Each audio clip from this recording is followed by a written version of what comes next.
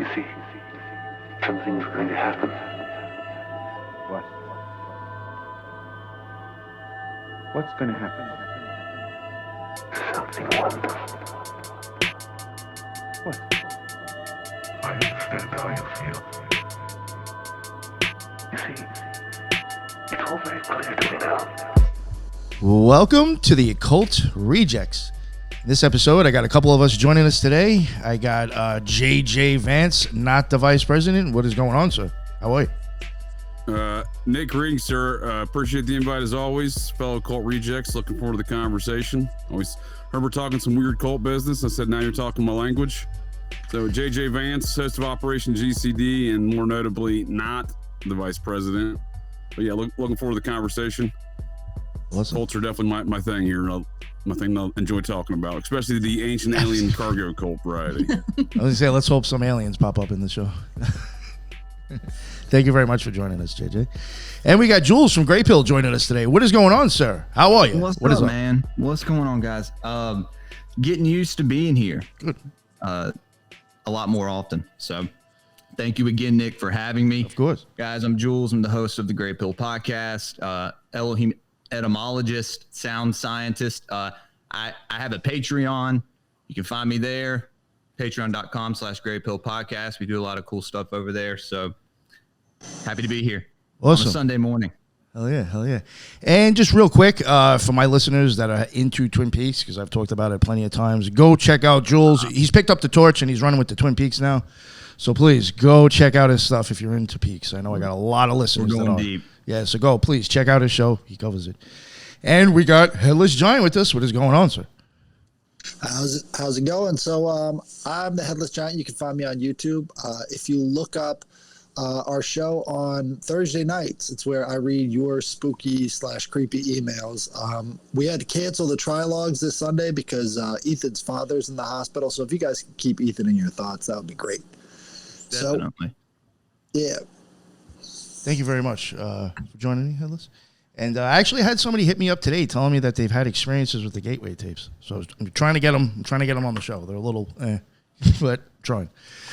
And we got Julia and Colby today together. Woo! Always look forward to having them both on. Obviously, I mean, they're Occult Rejects anyway, but since they are presenting the topic, introduce them like that. So please let everybody know where they can find both of your amazing work, if they don't already know. You go first. Conspiracy Playtime, anywhere, everywhere, sometimes YouTube. Other show, Disinfobation, on hiatus right now, but after the last few months, I think we need to bring it back. And your weekly shit-talking show. I turn the floor over to you, my dear. Cosmic Peach Podcast. If you haven't found me yet, you never will.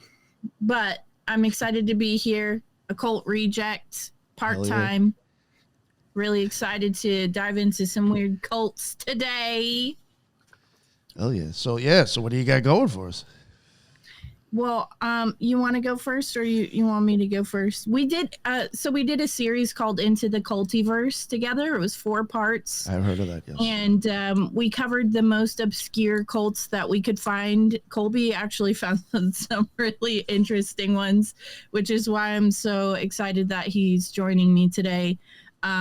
But they range anywhere from like Christian cults to esoteric cults to, I don't even know how you would describe Chris Corba's cult, but satanic, I guess. It's kind of like new wave. I don't know. It's the last 2 we'll talk about are more modern cults, which, like, when you throw the internet into this picture, it just got a little crazier, and so we did a couple modern ones. But yeah, we started with the old ones, and I'm sure you're gonna have heard of some of them, but some of them I doubt. So anyway, I don't know. You want us to just kind of like run through and give like a synopsis of each one? Because I think you're not doing one of them, so that there's like 7 of them. Mm-hmm. Yeah, just real quick, like, are these, did you come across these like in a book or something, or you just randomly? You know what I'm saying? This isn't like, is it from Program to Kill or anything like that? Or I think we kind of intentionally veered away from the stuff that we usually cover, but the first one I talk about is gonna kind of pop up throughout your your history of all the stuff we all talk about. Gotcha, It's Synanon, and so I imagine you've all heard of that one. Yeah.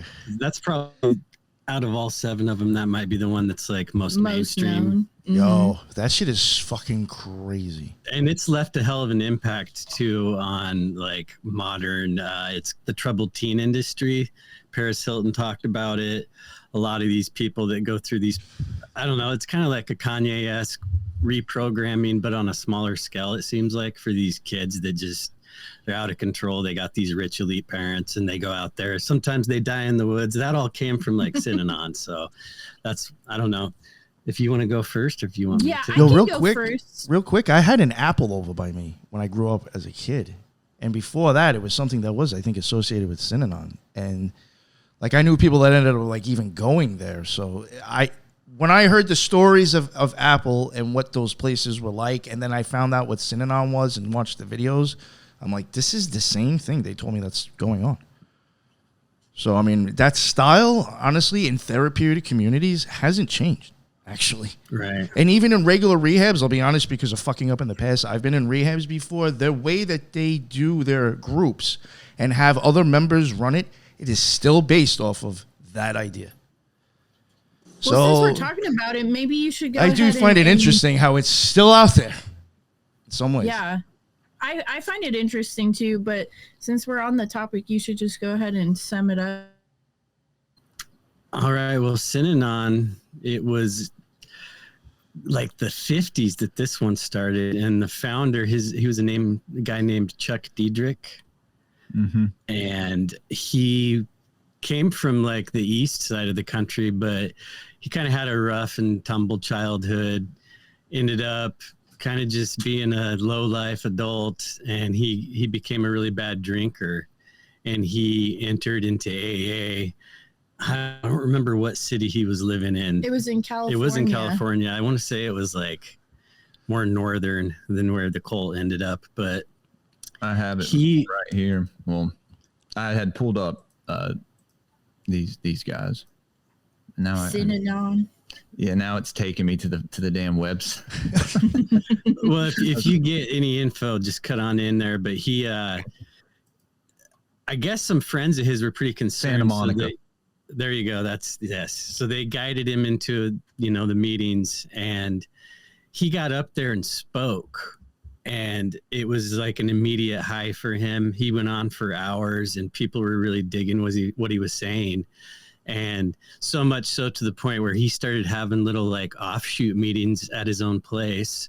And not too long after this, these heroin addicts start showing up. And at this point in history, there had never been like support groups for heroin addicts. And they kind of drove the drinkers away. And it just kind of became this thing where it was like all these junkies from all walks of life were showing up to quit. And because the alcoholics looked down on the heroin addicts. They kind of clashed. I think a few of the drinkers stuck around, but most of them just, skedaddled. And he kind of looked at it as in an economic way, like, this works. There's nothing else like it for these people. These other guys can go to AA. And he kind of just took what AA did and he gave it a leader. Because, that's the unique thing about AA, if you do it right. But anyway, they ended up in a storefront at some point. They got a lot of people with money in there, and they just start expanding. And it's kind of like any cult formula. He starts taking the assets of members that had them.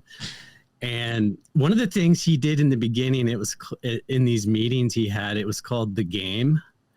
And this thing is crazy. It kind of is the thing that stuck out to me the most. But these people would just berate each other. So if it was your turn, everything was fair game other than violence or threats of violence. But anything could go, and you could just fucking say anything. And so it was like real cathartic for these people. And I think Leonard Nimoy, a few other notable celebrities actually like just went and participated in these rituals for the game in these meetings they were having. I call it rituals, but like, why would you want that though? It's like you sit in the middle of a circle and just have a bunch of random people tell you what a piece of dog shit you are for. Yeah, have you ever watched those videos?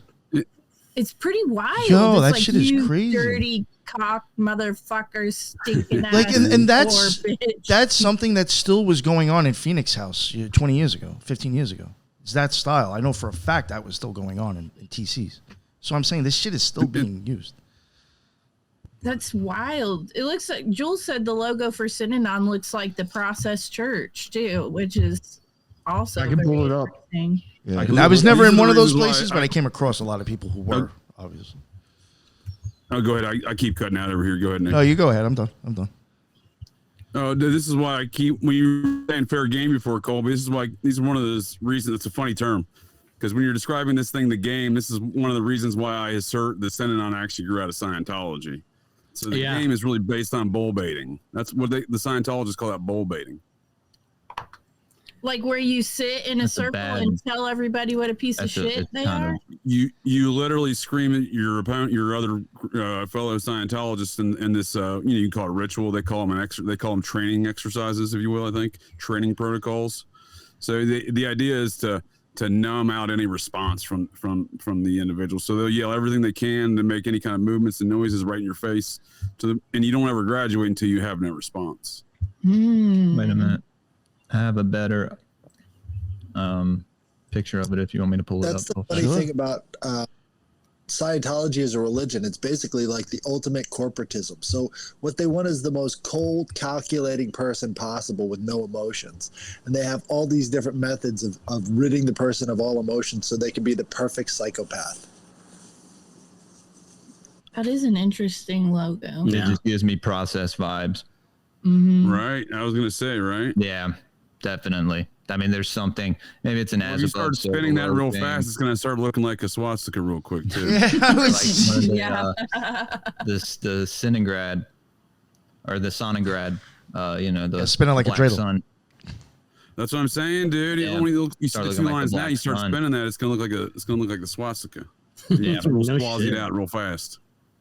It's like there's some kind of symmetry. Maybe there's some kind of occult science behind it. I don't know. I think that's part of it, sure. Yeah. That's why we see things like with all these groups with all their angles, right? The order of Yes. the angles, you look at all the Lucifer angles and stuff. Mm-hmm.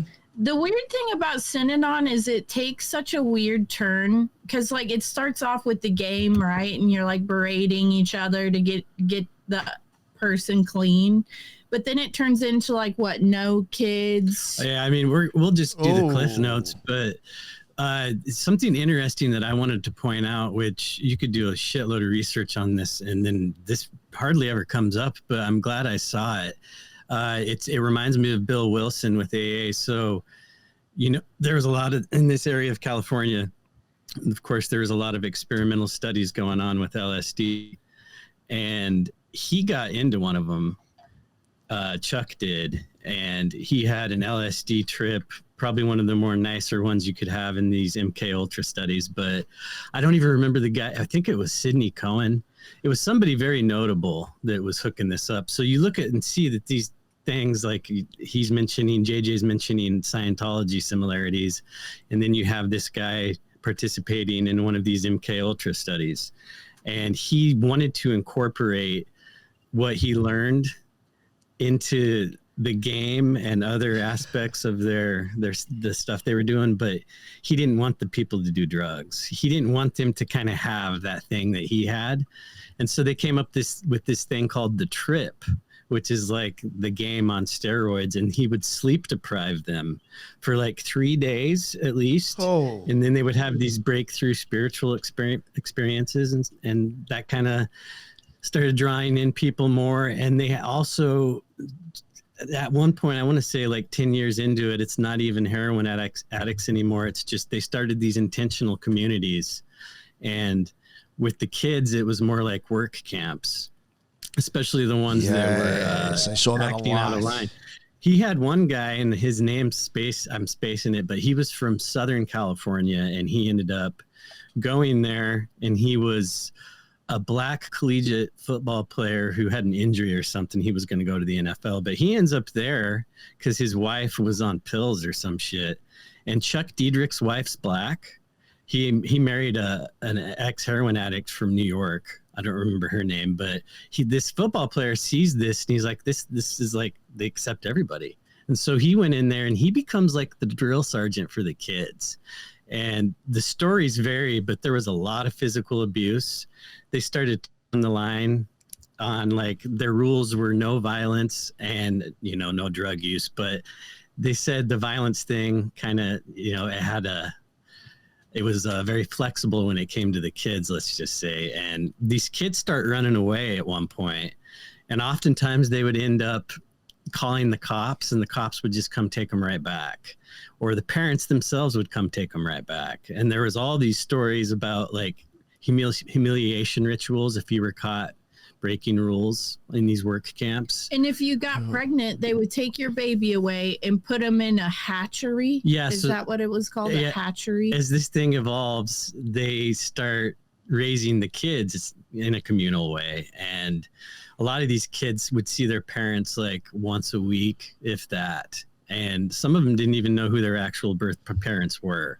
They were just raised by the community. No. I mean, there's a lot of good stories from a lot of these kids that got out in their teens, kind of blowing the whistle on this stuff. But they started shaving their heads at one point. He makes them swap wives near the end. Like these guys all start swapping wives because he gets divorced, or his wife dies. She gets cancer and dies.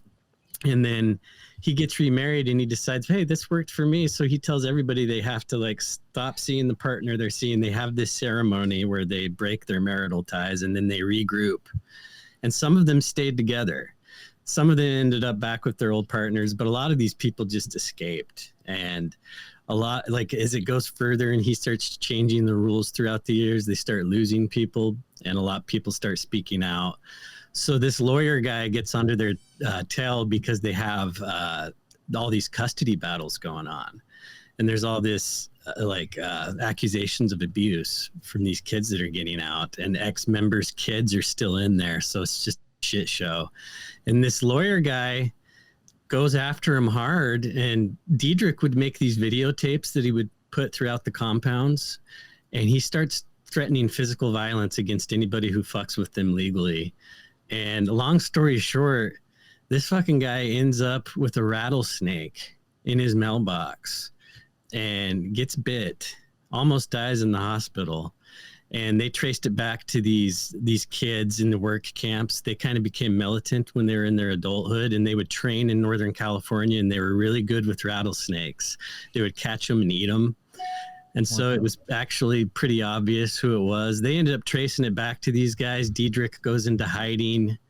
And I mean, I skipped a lot of this stuff. But then he becomes an alcoholic again, doesn't he? Yeah, he starts drinking in the end too. And like, I don't know if you guys have any questions, it could jar some finer details, but yeah, in a nutshell, this guy gave the church over to his daughter, and then all these people that were running these youth programs branch out and start these troubled teen industry camps that are still going on to this day. Yeah, all of this sounds like Scientology. From the arranged marriages to that's more so even on the process side of the dark side of Scientology there.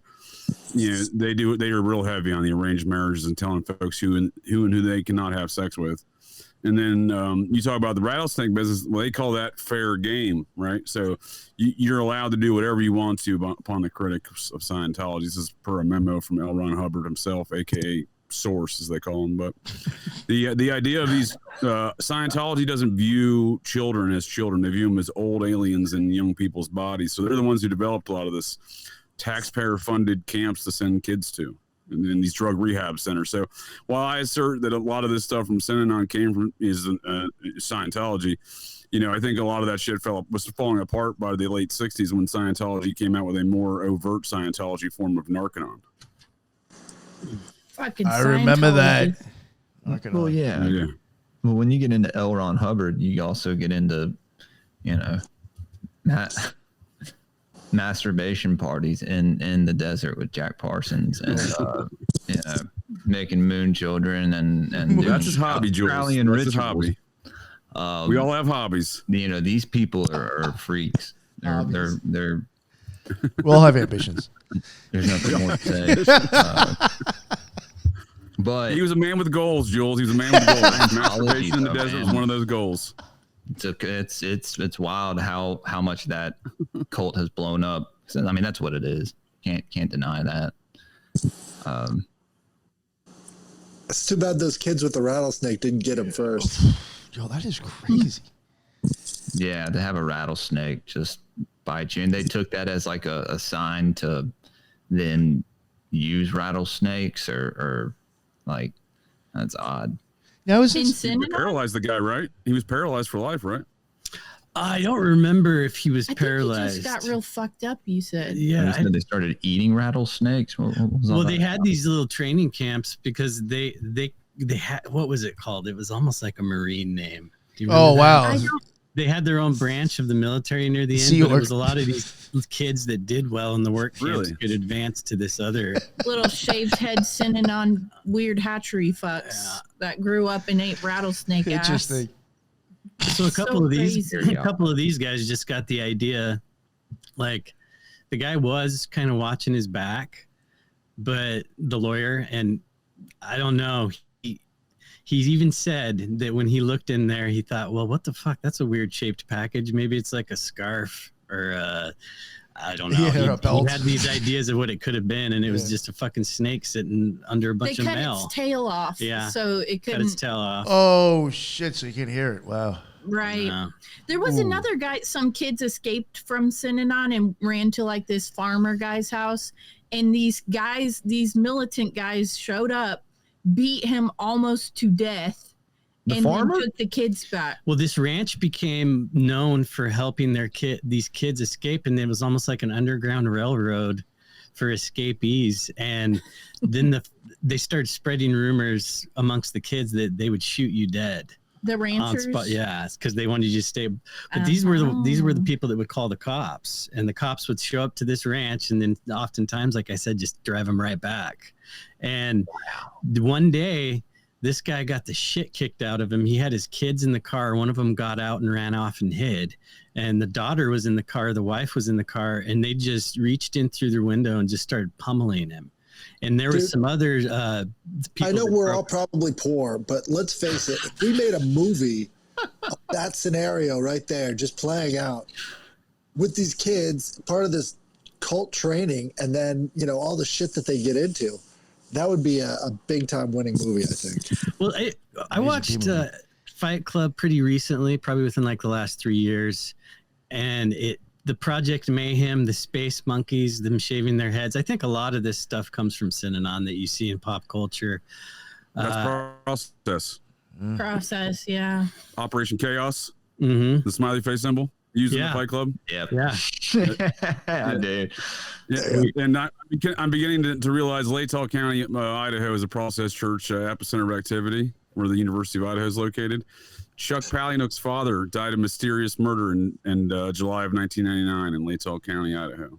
Yeah, he writes about that in Stranger Than Fiction, which is just as good as his fiction. It's all the weird shit that he's seen through his life. Is the Oh, really? I'll have to Cacophony check that out. Society? He was involved with them too.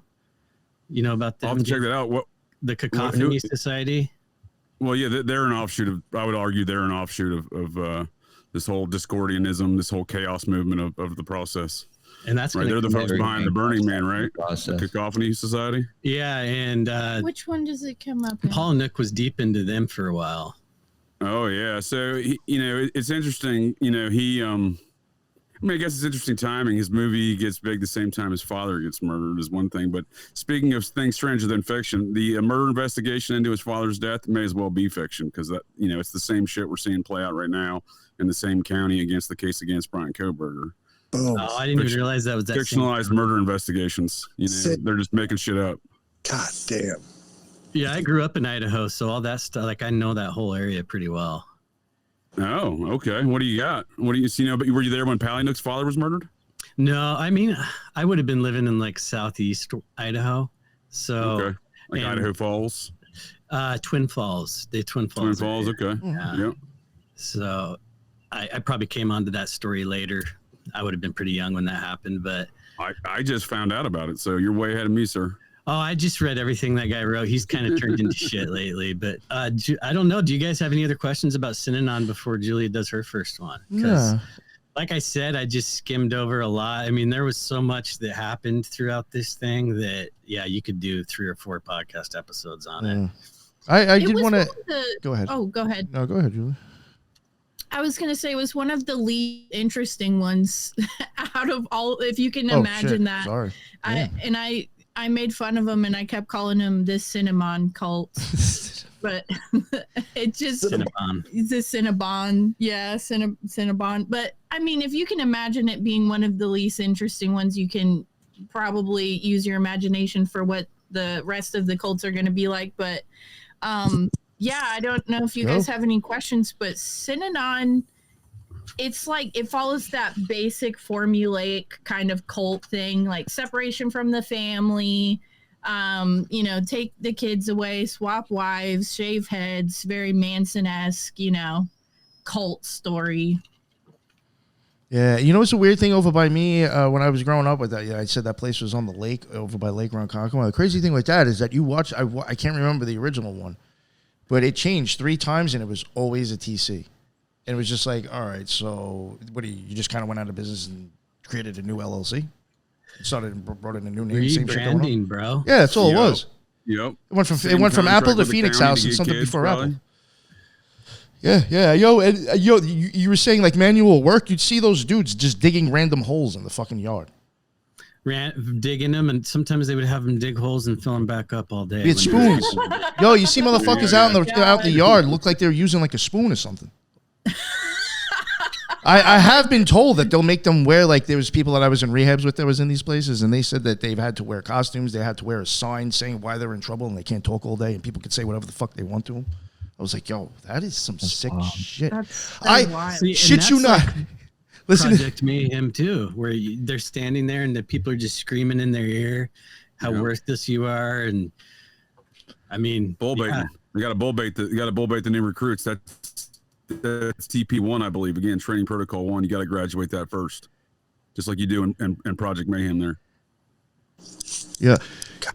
Yo, one time, then we'll move on to the next one. And because this is how I've already heard stories about all these therapeutic communities and stuff from like other people. I got popped in, I think it was like Jamaica or Queens or something with dope on me. I was young, you know, and I ended up going to court because there you pretty much have to see the judge like right away within 24 hours in the city. You don't really get bail and go home. So I had to see the judge, and like they were bringing up this idea of me, and I think I already had like another case open for like heroin possession, and so basically they were going to consolidate both cases and let's just get this over with, you know. And they were suggesting like a drug rehab, and they said Samaritan Village. I already knew that was a TC, and I was like, I asked the lawyer, I was like, how long is this program? And he's like, about 9 months. And I was like, how much time are they going to offer me? So like he asks him, and I think they offered like 6 months, and I was like, really? I was like 6 months for like these, whatever. He ends up getting the judge to drop it down to 4 months. And then I asked him, I said, how long is the wait to get into the program if I got to sit in jail and wait to get into the program? They said it could be up to 3 to 6 months wait. I said, yeah, I'll take the fucking jail time. I would too. Fuck out of here. Because I'm not going to make it through the 9 months anyway. And if I fucking got kicked out, I had the jail time anyway. Wow. I was like, yo, let's just get, because out of the 4 months, I'll have to do 3. Let's get this 90 days the fuck over with. Yeah. Well, that's part of the game, right? 'Cause all organizations I'll go to are funded Rikers. by Thank you. taxpayers, right? Well, and Synanon figured out early on that they didn't really have tax exemption as a religious status, but they did figure out that if they were doing these rehab programs, they would get government money. And so like the very situation Nick just described that he went through, that's how a lot of these kids ended up there. The Feds sent so many motherfuckers to those places. It's a nasty cycle, right? Like Nick was just pointing out, it's a nasty cycle that they know they're signing. The people behind this, they know what they're doing as far as... You want to go to jail? No, you'll just eat shit for 9 months. You want to go to jail? They'll even threaten that shit at you. That same cycle is depicted in Inherent Vice, and the film Inherent Vice depicts the Process Church in Los Angeles, depicting that same cycle you just described, Nick. It's part of the process. It's an economic whole hog effect where they're going to profit from every angle. Oh, Colby just made me watch that movie. Yeah, I'm doing a review of it on the next month. That's one of my top 5 favorite movies. It's my number one favorite movie, sir. Yes, it's a great movie. Nice, dude. Yeah, I heard you bring it up when you guys were talking about OJ the other day, because I had just made her watch it like 2 days before that. Oh yeah, it's a great movie, dude. And like I connect on like I like to say on a molecular level because I'm a former private investigator myself who also loves pot. So, and on that note, I got to finish rolling this doobie. We're gonna call you what's his name? Spicoli? No, not Spicoli. That's fucking Fast Times at Ridgemont High. Oh yeah, It's a great movie, though. It's a great movie. Okay. What was Joaquin's name in Something there? like that. Doc Spicoli. I wonder if there's occult Doc symbolism in that Sportello. movie. Sportello. There we go. Bartello, that's right. Yeah, he's part. If you look at it, he's part of Project Chaos. He's a CIA operative working out of a free clinic in the Haight-Ashbury kind of setting, right? They're in Los Angeles, but I'm saying like they're kind of painting that same setting for you. Definitely. You ready for me? Yeah, let's go. Oh, this one. Yeah, I'm so excited. This one's so crazy. Okay. So the first one that I actually talked about in the series is something that Nick, you're going to have a separate episode about, so we'll skip that one. But the second one that I covered is called The Movement for the Restoration of the 10 Commandments of God. That is the entire name of the cult. I mean, try fitting that on a fucking crop top. Nobody's doing it.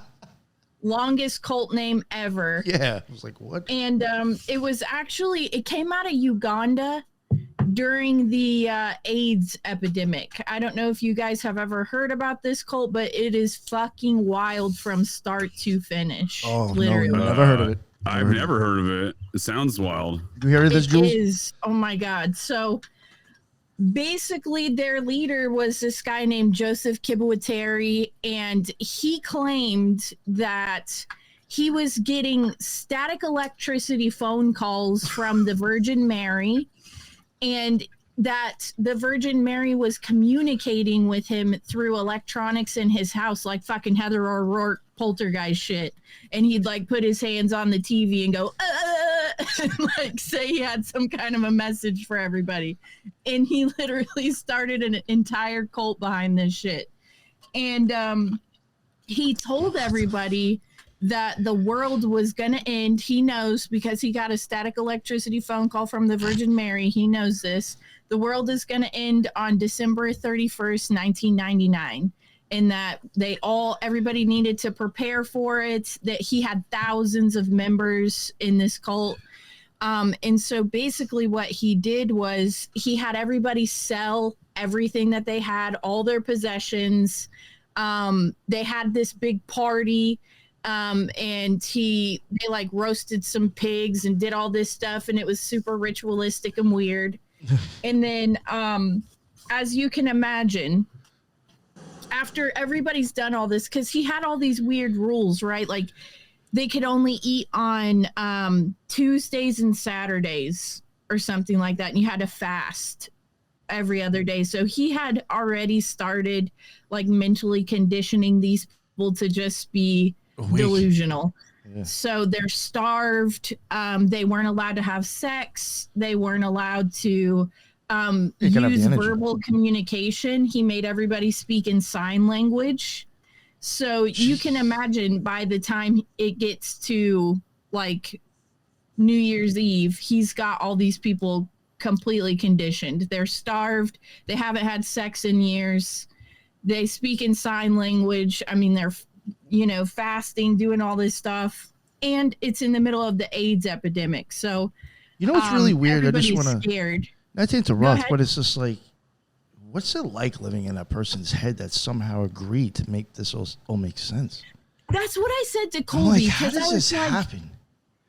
If you were to tell me, like, because I would consider myself to be a Christian. But I don't think you need anything extra to have a relationship with God. But the thing is, it's like, even if I met someone who was like a profound speaker and had a lot of cool stuff to say and was like a biblical scholar or something like that, and I admired them, even if that was the situation, if you took away my food, you took away my ability to fuck my husband, and you have to speak in silence. Like, at what point do you say, fuck you, I don't need any of this to have a relationship with God and get the fuck out of there. Like, why stick around? And then at one point, he was like, nobody used soap. He took away the soap. Oh. So, yeah, but if everyone smells like shit, they're not going to realize it, right? It becomes a community thing, right? When you ask why folks don't leave, I think it becomes community, right? Really? I mean, because it's like walking around with a dirty beehole. Yeah, no one else wants to smell that except for other folks who also don't wash. That's why their there was no buttholes, sex. So then they all fit in together. I told Colby, I was like, you take away my food, first off, fuck you. You take away my language, definitely. Yeah, fuck that you. is crazy. My ability to fuck, definitely fuck you. And then you take away my soap. Like, what is? It's going like on? all of those separately was enough for me to say later. Like, right. Like, what goes? Soap would have been the first sign for me. I'd be like, yeah, okay, I'm out. That was easy enough. Dude. But I guess it's just like the intense belief that this fucking guy is talking to the Virgin Mary and she is warning him that the world is going to end. So, I mean, I guess if you were in Uganda in the middle of the AIDS epidemic and you see bodies piling up all over the place, people are sick, whatever, you might be scared and think that the world is ending. But, I mean, there were literally thousands of members of this movement, and but so as you can imagine, New Year's Eve rolls around, the world didn't end.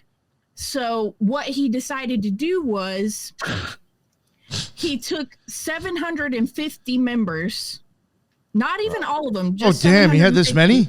Holy shit. Yeah, he had thousands of members. So he took as many as he could fit inside of his church, which was about 750, boarded up all the windows, boarded up the door, and then he set the fucker on fire. He set the fucking church ablaze, and he literally roasted 750 people inside of this church. These pictures are crazy. Yeah, dude. And then because he couldn't fit everybody inside the church to set it on fire, he decided to poison some of them. Some of them got stabbed, some of them got strangled, some of them got poisoned, and they just found fields of bodies. And they're to this day still digging up bodies in Uganda. That's a lot of fucking mass bodies. graves. Yeah. What an evil son of a bitch. Yo, that is so many fucking people at once. Well, Just think about it. After he takes all that stuff away from you, there's nothing else you want to do more than kill yourself. Right. Yeah, these pictures are crazy, but Like I don't mission know. accomplished. You can pull them up. There's charred bodies. Yeah, if you want to pull up some pictures, Oh. they're definitely available for everybody to see. I mean, there were mass graves all over Uganda. It actually appeared when investigators started looking into this case that he had weeks because he needed help killing thousands of people. He couldn't do it single-handedly. So what he did was he had him and a couple of his buddies just start murdering people for weeks on end. And the big hurrah at the end was Holy locking shit. 750 in the church and setting it on fire. That's I guess the church after it burned. There's other pictures. You can probably see a couple bodies, but it's not visible. There's pictures with bodies in it. You should throw some of the body pictures up there because it's wild. It's like literally Nick, if Nick wants me to do that. Yeah, it's up to you. I just didn't. Okay, cool. I got you. Yeah. Here, let me. it's let me, literally hundreds of bodies like piled up with tarps over them, just roasted like Thanksgiving turkeys, just laid out there. Oh, I still can't get over it. And the crazy thing too is like they discovered thousands of bodies, whatever. He took off and he's never been found to this day. No He's shit. gotten away with all of this.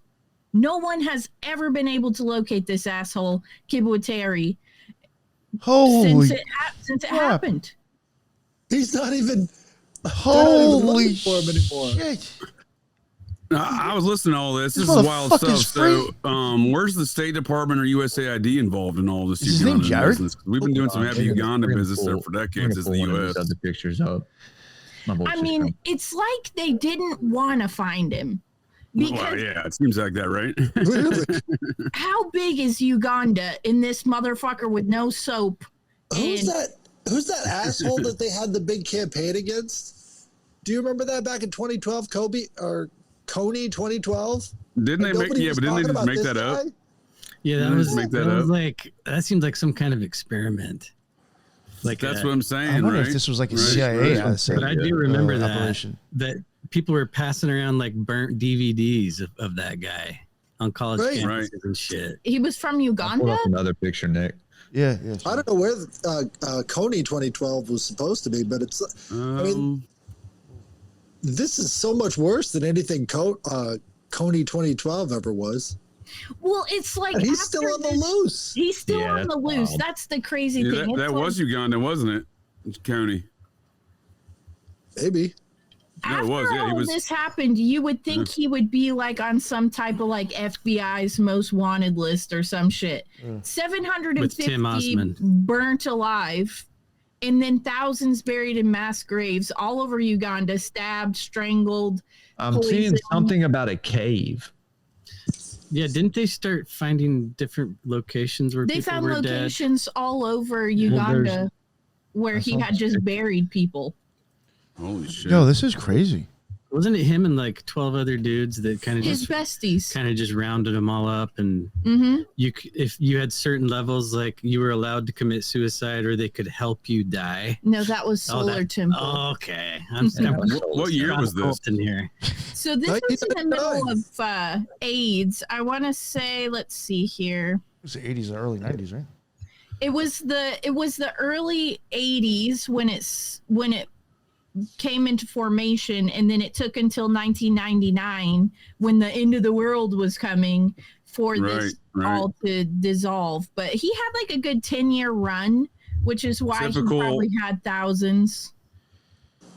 Yo, what? Yo, I would almost wonder if that was an Typical operation. apocalyptic belief system, right? Mm-hmm. Yeah. So it's like a doomsday kind of cult. Yeah. The only thing that sets them apart, in my opinion, is this whole static electricity phone call thing from the Virgin Mary. He didn't claim to have supernatural powers other than the fact that he was just chosen and was receiving this information. And because it was in the middle of AIDS, I do think that people already had that pandemic state of mind where it's like, maybe the world really is ending. Look at all these people dropping dead, from this uncurable thing. So, he takes away the soap, your language, your food, your sex, everything. And then he sets you on fire in a church.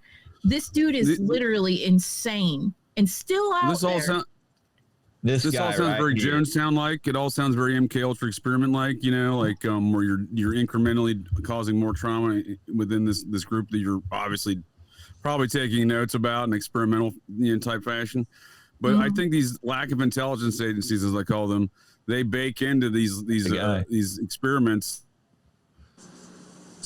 Yeah, I mean, it is very MK Ultra like to me, because it's like you have to take away everyone's I guess like the simple luxuries in life, and then you just get down to your very basic living, and then it's like whatever Joseph says, that's the thing, because you have nothing else. He's taken everything else from you, but you have this guy. You know what I mean? This guy, even just by looking at him, I'd never follow No. And it's like, look at this motherfucker. Is he not?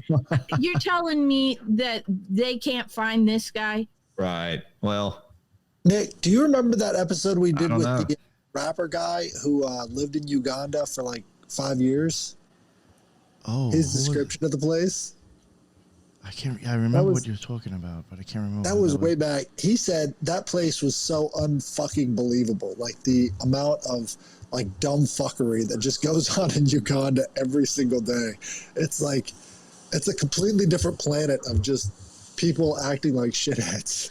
Yeah, I remember the way that he was story. describing it. Yeah, That's what it seems like. It seems lawless to me. I mean, how do you get, and it's like after, so the other people in Uganda that were not a part of this movement, they said after the church caught on fire and all those people burnt up, The smell of rotting flesh was so strong for weeks on end that the people in the surrounding areas couldn't even eat food. It smelled so terrible for so long. They were disgusted. They couldn't even go outside. It stunk so bad. And you're telling me that this guy that did this, no one ever looked for him? He's just gone. He vanished. He's a fucking ghost now. It just doesn't make sense to me. Like, really? He just disappeared? The phone call on the head doesn't make sense to me. But, Well, it sounds like the ritual human sacrifice there at the end with the fire was sponsored by Coca-Cola. Yeah, right. They drank like, what, 20 cases? It says 70 crates of it. I don't know what's in a crate, crates. but they had 70 crates in that fire for that party that blew up. So it sounds like it was sponsored by Coca-Cola. Right. They were like, well, since we've starved you and you haven't soaped your beehole in about 5 years, we thought you could use a good old Coke. Come to our end times party. We're gonna have plenty of Coke and Coca-Cola. Fuck. Yo, so But was yeah, this, that's the cult. was this guy literally saying it was a phone call in his head? Yeah, no, he was saying like the phone would ring in his house and he'd pick it up and it'd be the Virgin Mary telling him the fucking world was gonna shit. end. Oh, okay. I thought it was in his head. Okay. No, I was like, so I you mean, hear he it was- ringing and you decide to answer it in your head? I was like, He said all the electronics in his home were possessed by the Virgin Mary and would, like his toaster, his microwave, they were all possessed by the Virgin Mary. He couldn't even throw a toaster strudel in because that bitch was like, the world's going to end in 1999. Just get ready. Well, that's an unfortunate circumstance. You can't even toast a toaster strudel. That'll drive a man mad. I do find it interesting that this is no secret. Like, so you're saying no one found this dude, but it's no secret.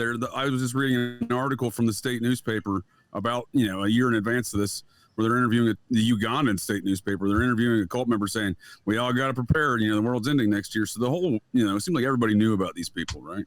Right. Yeah. So it's not like they were underground or anything like that. I mean, the government. That's what I meant. Ugandan government was very aware of their existence, but it's like he's the most uncatchable fucker of all time, I guess.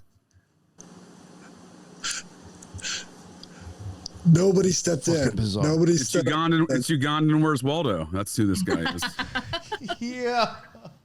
But yeah, no, that's the movement for the restoration of the 10 Commandments of God. That's definitely a cult for anybody out there listening. If you want to dive in a little bit deeper, you should.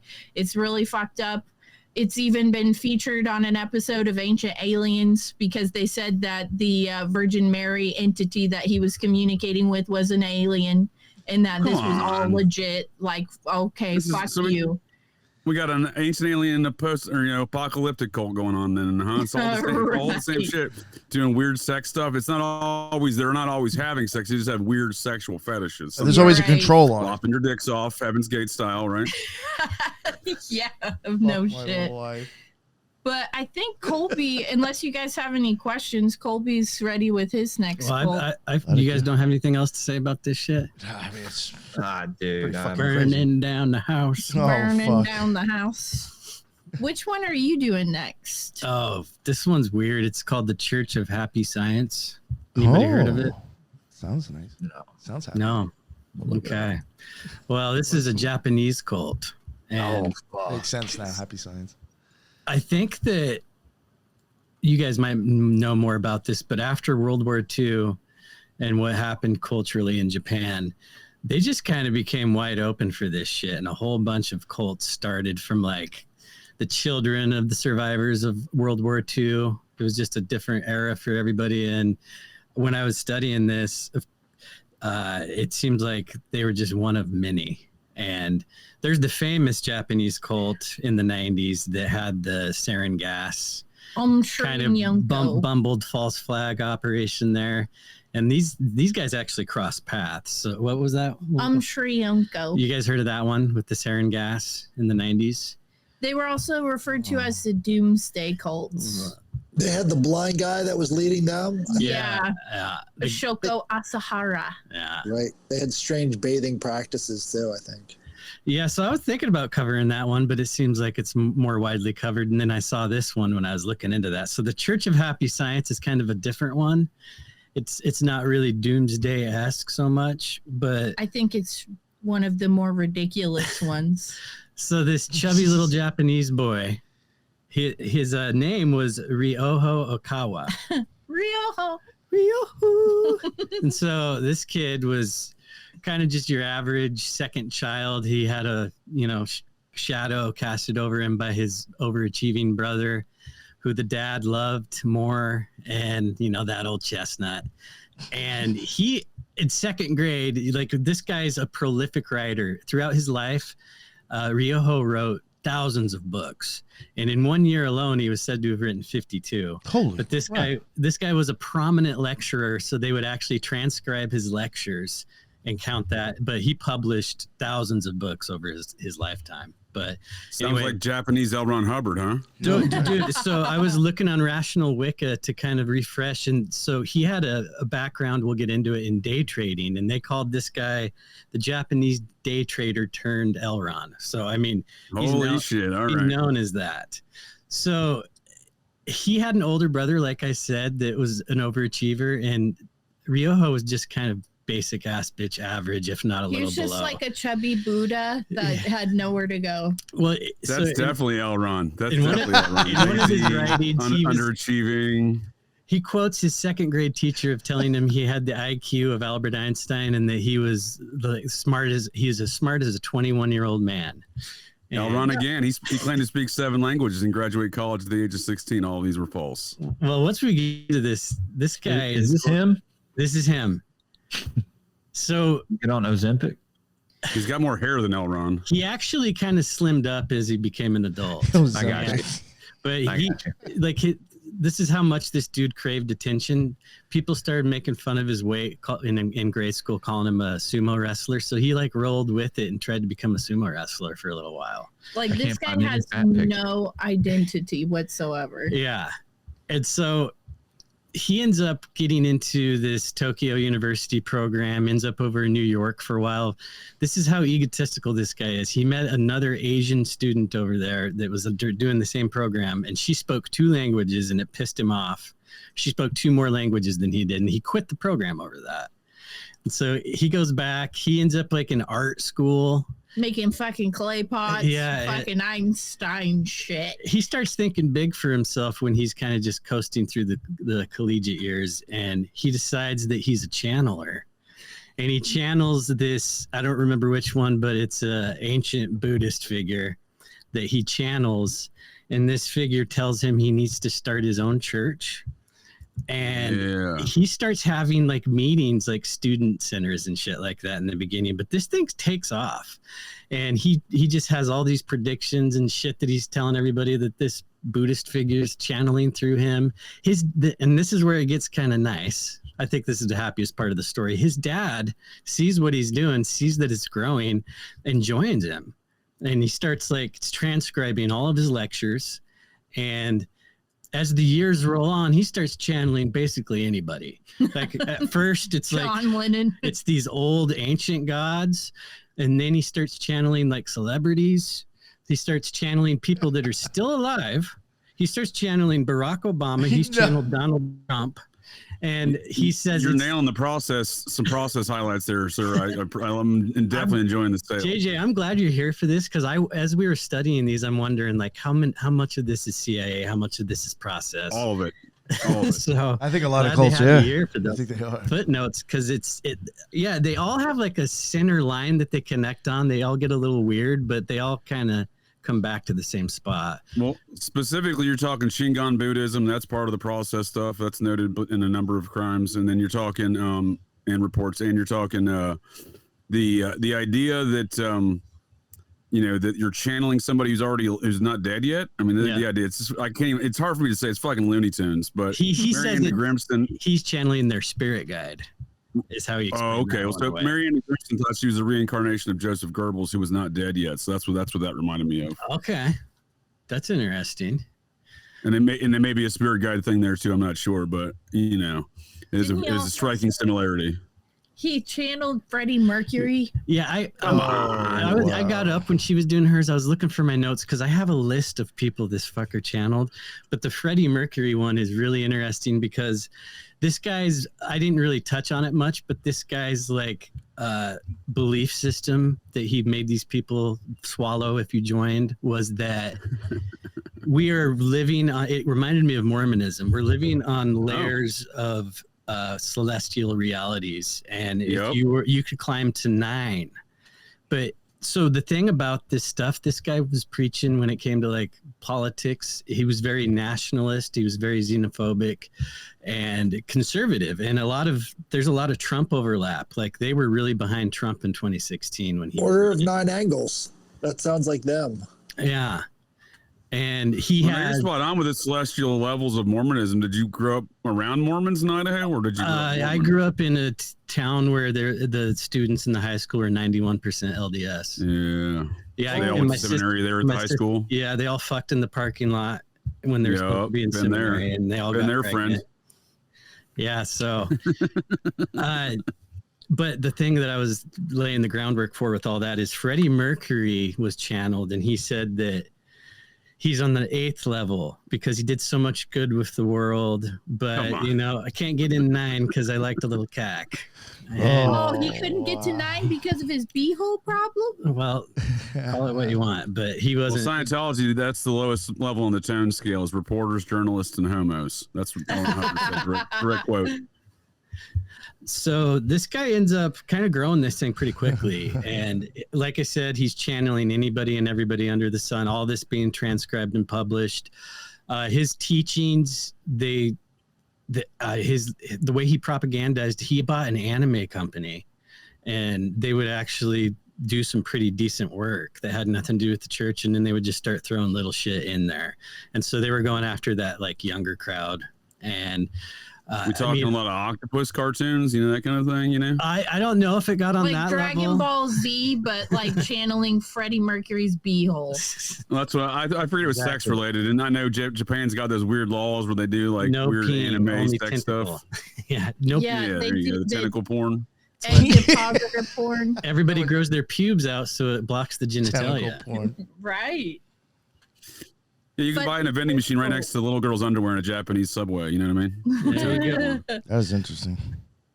Well, so he ends up marrying weird this environment that he claimed was so he claimed to be the reincarnation of Buddha at one point, and then when you break it all down, he's Buddha, he's God, he's fucking Jesus, he's everybody. Yeah, and he's also from Venus. Oh. And so he got into some like old sci-fi stuff with like where the race came from, and I mean it's all pretty interesting. We'll just skim over it here, but and he hates Chinese people. Oh, he said that we should nuke China. I like them already. So are they Venetians or what were they? Tall whites? What are we talking here? Little Dogon, little Japanese fellas, whatever they call themselves. The dog people. I'm sorry. I don't know about this. Well, they have some weird dog people kind of alien stuff, like in their folklore. Japanese. Yeah, they have an ancient alien cargo cult tale in their folklore, and maybe I'm misconstruing the name of it, but I don't think they don't think they're dog people, but it's dog something like Dogon in the Africa. It's something similar to that name, like a elite bloodline. Yeah, and I think that the dog thing is only referencing Sirius, right? It's only referencing the stars. Which the Mormons venerate, which the Rosicrucians, you name the ancient alien cargo cultists, they love Sirius. Fucking, I'm muted. The Dogon tribe, dude. Yeah, I'm looking at that shit I think right now. that's the reference, right? Out. The Sirius reference, right? To Dogon, but they have a similar. It's not Dogon, but it's something similar in reference to in the Japanese folklore. But I think it's all the same reference to Sirius. Mm-hmm. Yeah. So were these Venetians? What were they? He thought he was better than everybody else. Christ and typical Buddha. That's what I'm saying. Did he envision these aliens being of some other race than himself? Was he one of these kind of characters? He called it the Being, didn't he? No, that was Chris Cordo. Oh, didn't get into that one. Sorry, next. I'm on a different cult. Dude, these all got so jumbled. I'm actually. Oh, no worries. It's kind of fun to like break them apart because it was like we crammed for a study. Once a week, we each did a cult and then moved on to the next one. But I'm always interested to know the background of these folks and what their belief system is, right? Because like Dwight York, remember Nick, that guy from the Wesley Snipes Ancient Alien Cargo Cult? They're the New Wabian Nation. he mashed together where he was from Mars. Like he had lineage from Mars. You're saying Venus. His came from Mars, I think. But he came to Earth and married the Moorish people or something like that. And he had some wild tales, but his aliens looks a lot like him. Sometimes that isn't the case. Fucking crazy.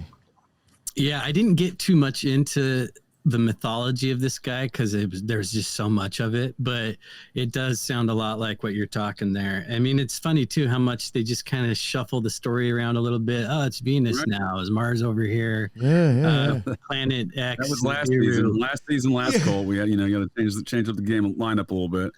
Bring in some new characters, right? Bring in the cousin from the country to come star in the city sitcom. They gotta switch up the game a little bit. It's always the same formula, like you're saying. These cults always have the same formula. I think that's what speaks to the spooky operations to me, right? Because why would they all be the same kind of organizational playbook, right? Well, it reminds me of religion, like basic stories with details that are very disparate, but at the same time, it's the same fucking story. It's just we have cultural influences on these stories, and I think that's what they do with these cults.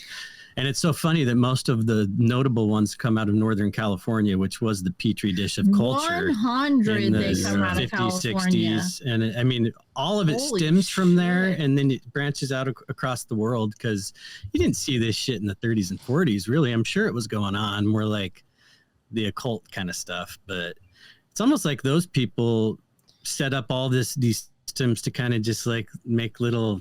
like Manson family. Well, just little experiments, but these people know the rituals and what you need to do to get into a person's head.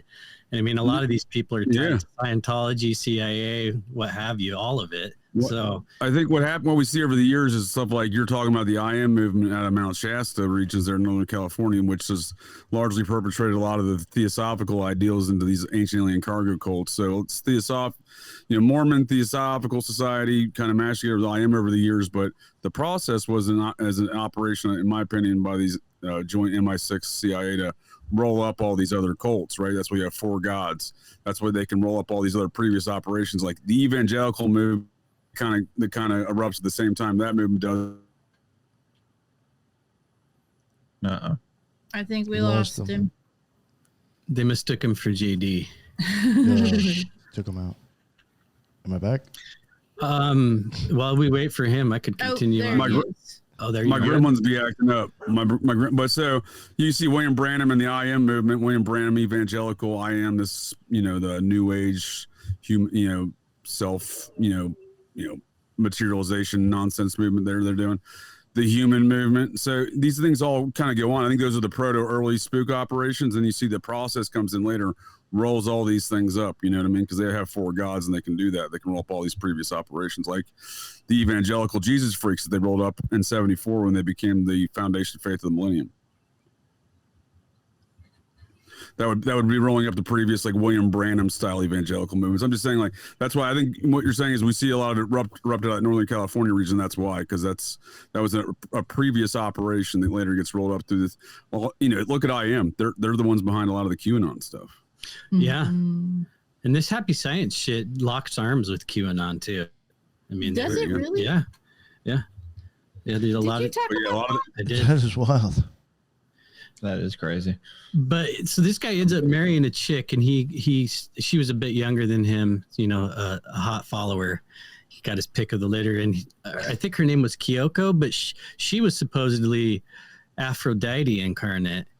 And they had a son together, and she ended up heading the political party that spun out of all of this, called the Happiness Realization Party.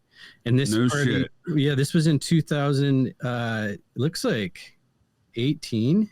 She was the Yoko to his John Lennon. No, this was earlier. In 2000, she was just a crazy whore that took over everything. Well, she ended up divorcing him. And the son left too when he was in his 20s.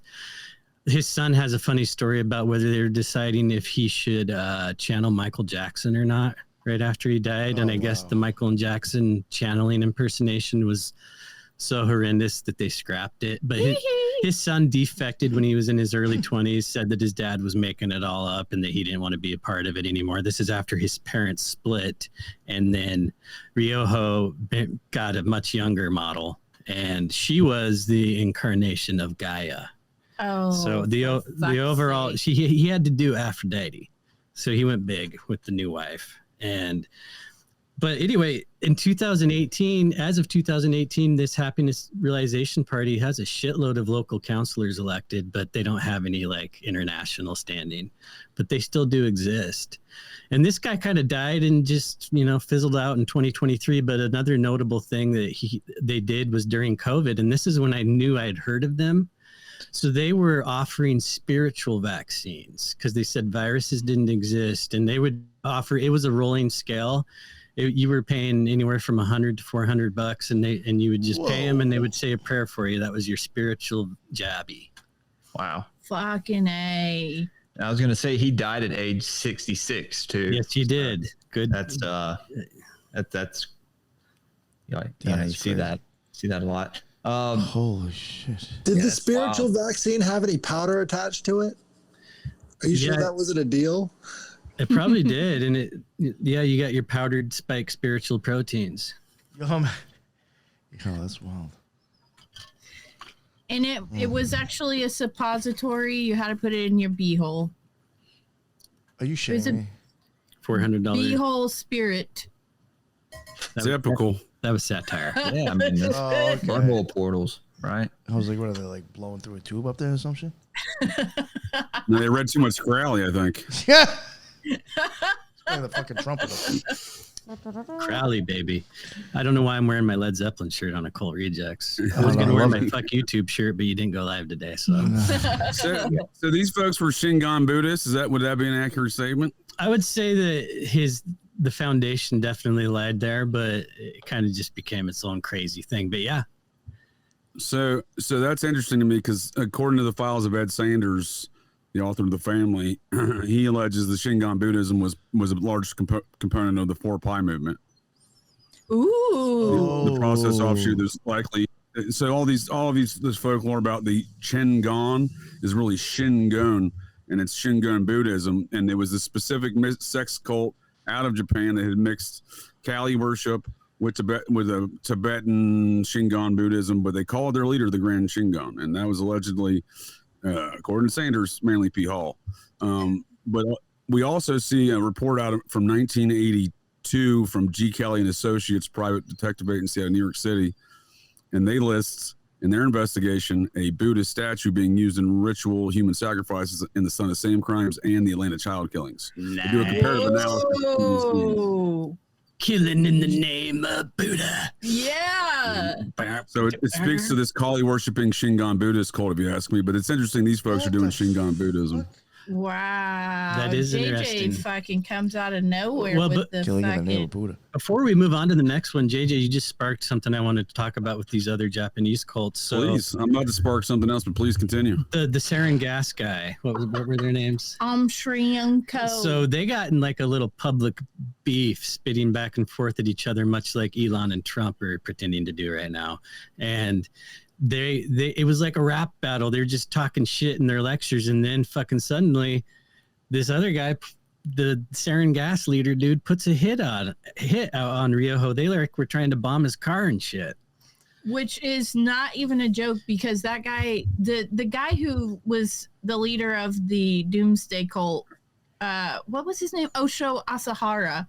When they raided that guy's compound, he had weapons grade strains of Ebola virus. He had helicopters. He had compounds set up in Australia through these offshoot groups where they had sarin gas buried out in the Australian desert. I mean, this guy was definitely intelligent. Definitely put a hit out on Ryoho. Yeah. Well, I'm glad you said that, because you remember the guy or the cult, the dude who shot Shinzo Abe, the prime minister or whatever of Japan, murdered him on that stage a few years ago with that makeshift gun. Mm-hmm. They had a lot of biological chemicals too within that cult that was behind that, and they also planned on murdering Sun Myung Moon's wife, the leader of the main offshoot of the Unification of church, because you mentioned all this Trump backing. Well, the Unification Church loves themselves from Trump, including the American offshoot with Sung Young-min's son, Sean Moon. They're the they're the AR-15 Jesus, offshoot of the Unification Church, the Iron and Rod Ministries. You familiar with them? I haven't heard of them. I haven't heard of them either. Oh, interesting group. They're located in Pennsylvania. It's an offshoot of the Unification Church out of South Korea, which was a South Korean intelligence CIA operation that George Bush was number one. Is that what they called the Moonies? Yeah, that's the Moonies, right? Okay, I almost covered them, but it was too similar to this one. But I did look into the Moonies quite a bit. They're very similar to, in a lot of their, at least their political and some of their, other belief systems, to the what's the right wing, extreme right wing ancient alien cargo cult, Chinese cult there in New York, the Epoch Times, the Fugang or some shit like that. Yeah. They fund Steve Bannon's operations. I know what you're talking about. Damn it. Yeah. Ramsey had that somebody Broadway on show, recently. Shane Young. Why can't I think of the name of this group? Anyhow, They do the Tai Chi. Wait, who is it? They do Tai Chi, right? So it's like a Tai Chi club? I don't know. I'll look it up real quick. But they're strikingly so. It's interesting. We see these weird Falun Gong? intelligence, biological agents, equipped cults in Japan. They said it. Falun Gong. There you go. Thank you, sir. What are they called? The Falun Gong. Falun Gong. Yeah. That's right. Jimmy Falun Gong, the podcaster. I think that. That's I was like, wasn't there a cult like that in Deer Park? They were in Deer Park at one point, actually. I think in Long Island. No, they have a 400-acre compound, much like Dwight York's. It seems like 400-acre compound is the proper size for these cults. Every time these cults pop up, they have 400-acre compounds, right? It's weird to me, but they're strikingly similar. They fund Steve Bannon, by the way. That the Falun Gong cult. That's all. His old war room broadcast he does. That's all Falun Gong money. It's almost like the Golden Fang. Falun Gong. It's very strikingly similar. So you see that. But so my point being with the Falun Gongs are like the Unification folks, but the same cult there in Japan that was equipped the same way as you're describing that murdered Shinzo Abe fella. They had intended to, their next target was the head of the Unification Church. So these some weird cult wars, it seems like, that's going on amongst these folks, but it is obviously intelligence agencies, much like the Unification Church again was a South Korean intelligence CIA thing with the back to when George number one was the Bush number one was the CIA director. Yeah. But yeah, it's the Moonies. When you kill the other cult leaders, you actually get to absorb all of the followers. Only if you chop off their head, Highlander style, headless. There could be only one Japan cult. Some weird shit, man. I have two more that I kind of wanted to talk the last about. two are going to go quicker because they're the modern ones and they're still like going on kind of, but I wanted to talk about twin flames and then you talk about that shit is fucked up. Have you heard of it? Yeah. That motherfuckers should probably do. Well, didn't you have one more before? I had, the Thuggees. Oh, okay. Have you guys heard of the Thuggees? No.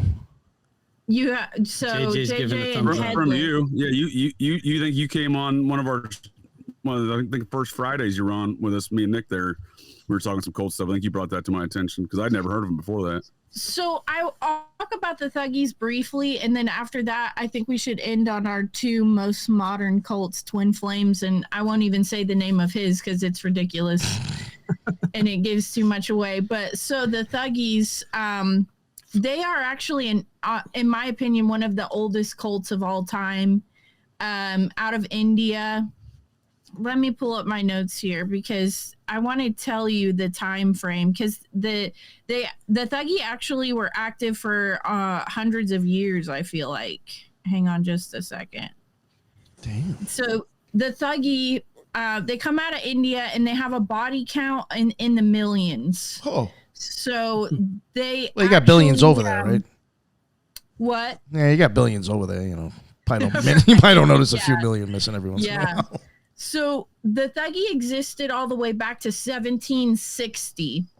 So they really are one of the oldest cults of all time. but where it really starts to get crazy is in the 13th century. That's where most of the debauchery happened. When this guy named Bahram took over the Thuggee cult. And it was all in a devotion to the goddess Kali. And I'm sure you guys are familiar with Kali worship and the bloodletting and all of this. So they're one of history's deadliest cults. Somewhere in the neighborhood of 2 million people were murdered by the Thuggee, all in devotion to the goddess Kali. And they basically ripped and ran through India for, like I said, hundreds of years. And they started using some kind of psychedelic drug that they would give to their victims to make them trip out and basically be tripping balls. These guys, right? Yes. And this is where the word thug comes from. Yeah. Yes. Yeah. This is where the word thug comes from, which is still used to this day, obviously. The guy with like the amazing beard and the little toupee thing. Look at this guy in the middle. He hates the world. Yeah, the guy right next to him is Bahram with the right there. Yeah, dude. I mean, I can't scroll. Oh. So there we go. Yeah, that motherfucker got crazy. Look at dude. That's killer. That's the face of a killer, dude. Weren't they Mean assassins or mugging something? motherfucker. They were assassins, right? Well, Yeah, so with that face, he's a lady killer, Jules. Look at Well, I was going to say, I've seen these guys in James Bond movies. All of the James Bond movies, these are the villains. And These are the Indiana assassin Jones, guys. Yeah, that he second one. fights out in like the middle of town with like snakes and shit. Yeah. Yeah, dude. These guys, you don't want to mess with these guys. no, definitely not, because they would they'd get their victims, they'd dose them with some kind of a hallucinogen, so they were tripping balls, and then they would strangle them to death. They never cut or stabbed any of their victims because that would be a waste of blood for Kali. So in order to preserve all of the blood so Kali could feast on it, in their theory is that they'd have to strangle their victims, but to subdue them, they would make them hallucinate. So, I mean, imagine that as like... Yeah, it was like, it wasn't Iboga. She said the They name of called the it- plant. Belladonna? No, it was some kind of thorn apple. Gypsum weed.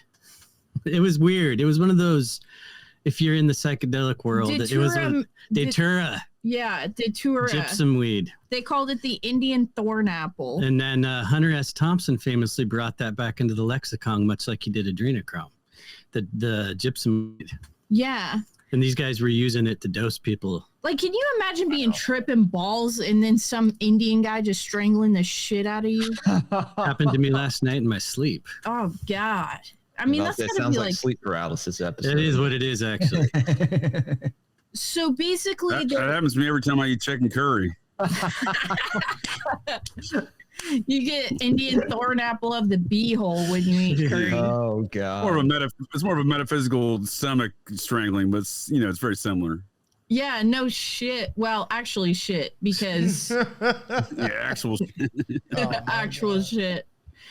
So the Thuggees went on for many years, but Bahram was eventually captured and he was killed for his crimes. But this is the part that gets me about this cult.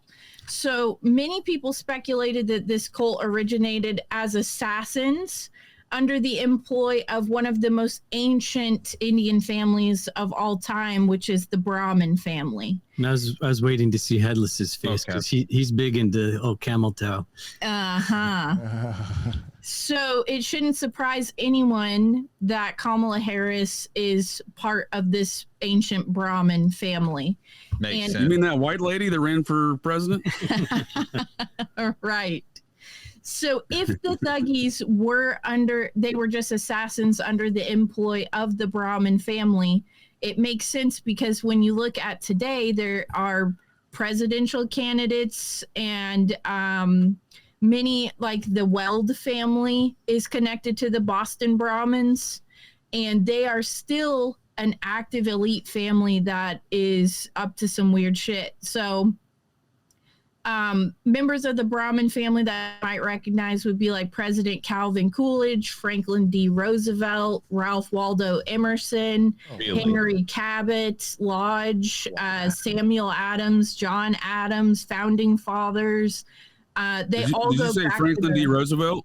Yeah, they go back to the Brahmin caste. You mean Lee Harvey Oswald's third cousin? Oh shit, is that right? Yeah, Oswald's a member of the society, hereditary member. What was the lady there in South Carolina? Nikki Haley. She's Indian Brahmin. Yeah. Mm-hmm. Also, John Kerry is from the Brahmin caste, and John F. Kennedy was not related to the Brahmin, but he was associated with the Brahmin through family connections and wealth. So, I mean, even to this day, I mean, Thuggees existed all the way back to 1760, but if they were just assassins for the Brahmin family, and the Brahmin family is still active very much today, going all the way to Kamala Harris, Julia, it doesn't surprise me at all. What's up, Headless? have you ever heard the Bill Cooper show, Hour of the Time? He had a whole series. Mystery Babylon. Mystery Babylon, right? Yeah, man. Goes over the assassin cult, and they go all the way back to the Knights Templar, Knights and like Templar, even exactly. further. Yeah, dude. That stuff's crazy. And then there's an episode on there where he gets into like the Bush family and dates it all the way from like its origin. It's wild, dude. Well, see, that's the thing is I think there were a lot of these ancient cults that are in some way still existing in some form today. And so the Thuggee, while that's where the word thug comes from, and that's still very much part of like our, pop culture thing is to call people thugs or whatever. The family itself is actually anciently old and still exists to this day, and they're in charge of like everything. And I feel like a lot of people are actually kind of unfamiliar with the Thuggee cult themselves. I mean, they've murdered millions of people throughout time, and that's a huge ritualistic sacrifice, in my opinion. Absolutely. Especially in the name of like one deity, like that being Kali or whatever. The blood drinking Kali, Yeah. which I feel like There's Indiana Jones. Well, and that's one of the reasons they strangled. The Indiana They didn't want to spill the blood. right. So the guy in Indiana Jones, the Kali Mon guy, in Those Temple aren't of the same Doom. cult, though, right? But I think they're somehow related. I think he was one of these guys. He was a that's the Thuggee. Thuggees. Yep. Yeah. These Indiana Jones guys would be descendants of like the Hashish assassins, though, right? That's yes. right. Yes, it's the same thing. I'm pretty sure, dude. Full circle. Well, no, I'll So- say that. So we have a lot of misconceptions about the Hashish assassins and the Knights Templar, but those two were the same organization, and they fought other Christian and Islamic organizations. So we've been sold some bunk news on some of these dynamics. But if you want to look for the modern day Knights Templar, that is the Society of Cincinnati. So you were naming some Boston Brahmin families, Julia, and that is a lot of those families have membership and representation in that group, the secret society that started America, which is literally the modern incarnation of the Knights Templar. It's the descendants of the Templar.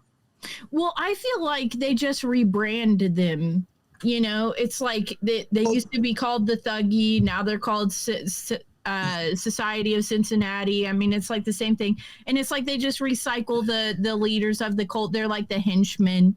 So they killed Bahram, right? Oh, he was the bad guy that was in charge of doing all this stuff. So they killed him. And it's like that's when the Thuggees dispersed and no more. Yeah, right. Because if you look at who was in control of them, they're still very active, and they just have a new name for the cult now, Society of Cincinnati. It's like that's I don't disagree. They're a goddess, war goddess worshiping group, and Right. there is some Kali art in their headquarters that I have seen it. Not to mention Diane, Athena. This is their Hecate. So I don't disagree with what you're saying. I think that's kind of why we see elements of that Shingon Buddhism and Kali worship that erupts within these later movements of this occultism in America. The process that is. So I would argue all occultism in America goes back to the Society of Cincinnati. Joseph Smith was a member, for example. The president of the Theosophical Society after Blavatsky, Abner Doubleday, member of the Society of Cincinnati.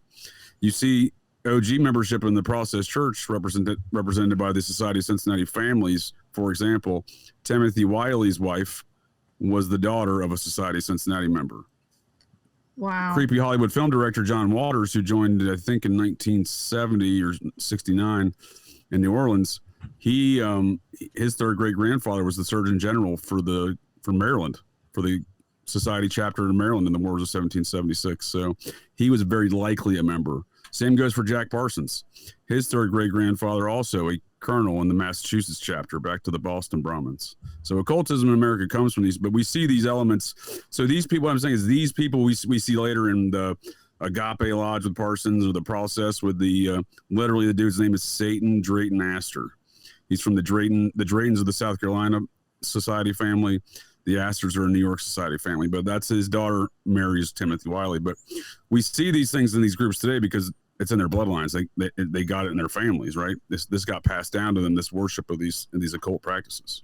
Well, this episode is quickly turning into a barn burner. Real barn burner. JJ is coming at us with some straight facts. Like, that's crazy. And I do think that you can Google it and it'll say whatever, but I think the state of California, I think that name says a lot. And a lot of these cults and weird shit come out of California. If you look at Jim Jones, that was California.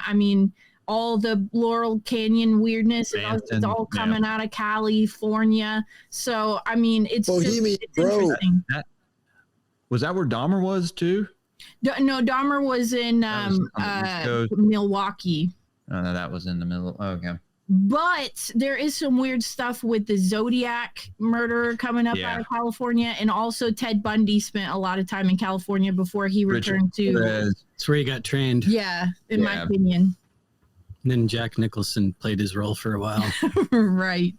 This is that private eye report. If y'all want to check this out, from the comparing the Atlanta child murders to the Son of Sam killing. So this was G. Kelly and Associates out of Ulster County, just north of New York City, I believe, Kingston, New York, across the Hudson from Westchester County, March of '82. So this was a '82 report out of this. I don't even know who hired them, but this is a PI agency, right? Out of New York, G. Kelly and Associates, security and law enforcement consultants. So they do a comparative analysis between crime scenes, and they don't have all the details listed here, but you'll see Atlanta child murders addendum. So they've done a previous report. I don't have a copy of that.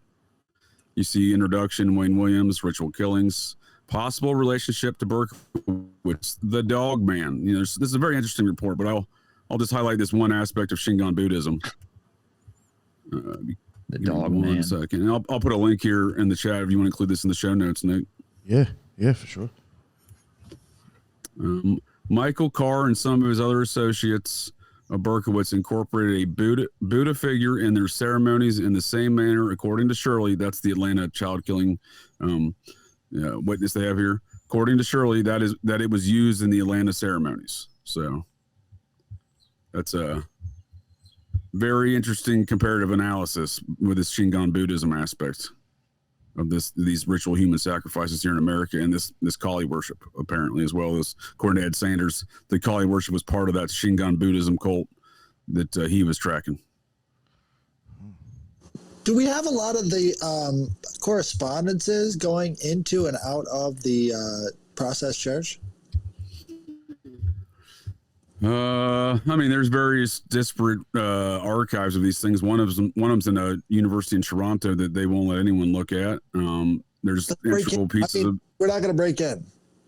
Okay. There's integral. People have stolen shit from these archives. So like, when I went to Princeton to look at the Ed Sanders archives, I wanted to hear the Tiny Lentini tapes. He's kind of the epicenter of this outlaw biker activity with the process. And allegedly at the scene of things like Eton Pate's ritual human sacrifice in Westchester County, according to him. But we're never going to hear those 3 or 4 hours of audio recordings and interviews that was conducted with him with Ed Sanders in the 90s in Maury Terry, because someone made those things disappear. So when you look for communications, to your question, Headless, if there was anything important out there, the vital information that's still out there, there's been operations to sweep these things up and cover it up in recent years, and I suspect it's gone. To that note, Maury Terry's files are still restricted from public access. Oh, yeah. In large part. Yeah, we only have a limited hangout version that was available to the public. I can demonstrate that just in reading. I got some weird, slightly different set of documents. Mainly just the only thing more was just communications between Berkowitz and Terry and their pen palship over the years. But I was able to pull some interesting details out of that even. And, it's just things that I know are in those files that aren't released publicly. The number one thing is Maury Terry's self-proclaimed investigation of the Orenthal J. Simpson case.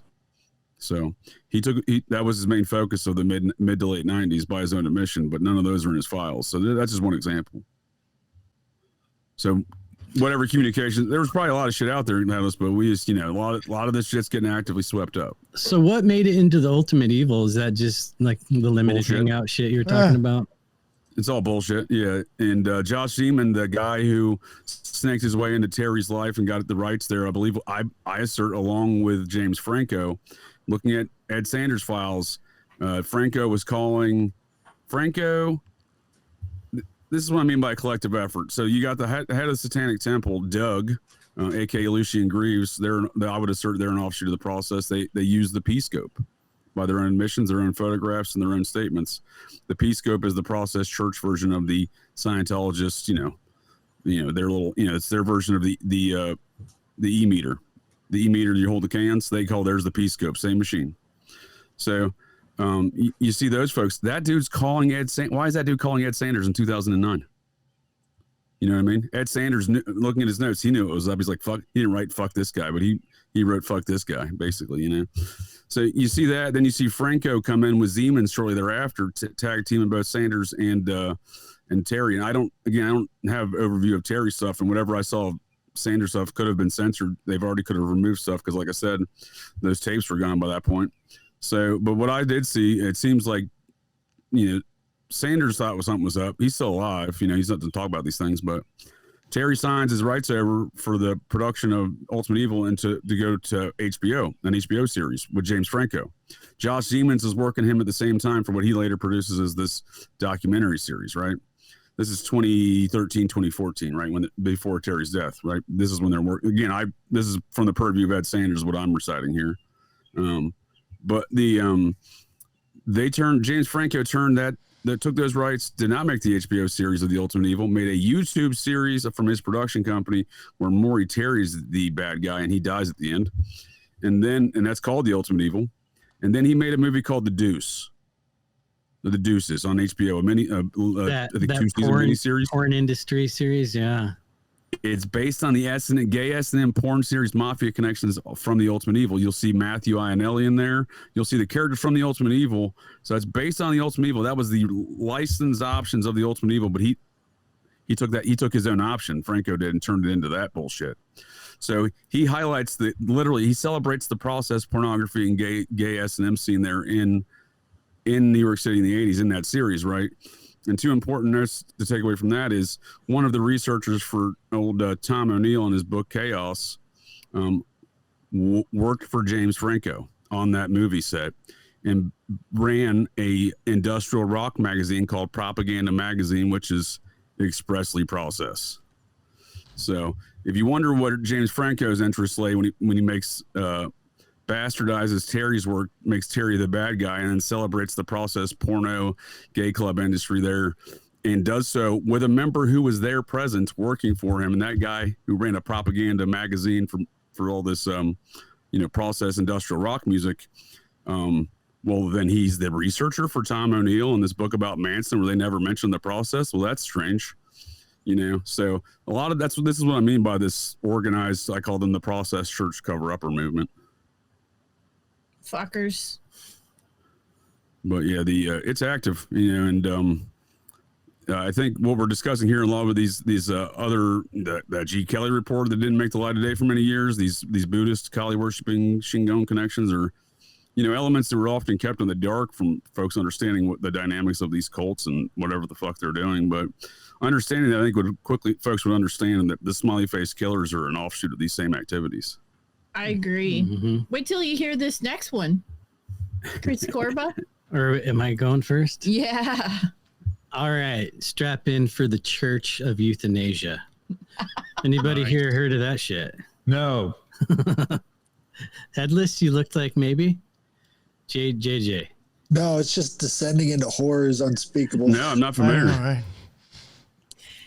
Nick knows all about it. No, I don't. But it's just like the name. It's just like exactly what Headless is saying. Like, what the fuck?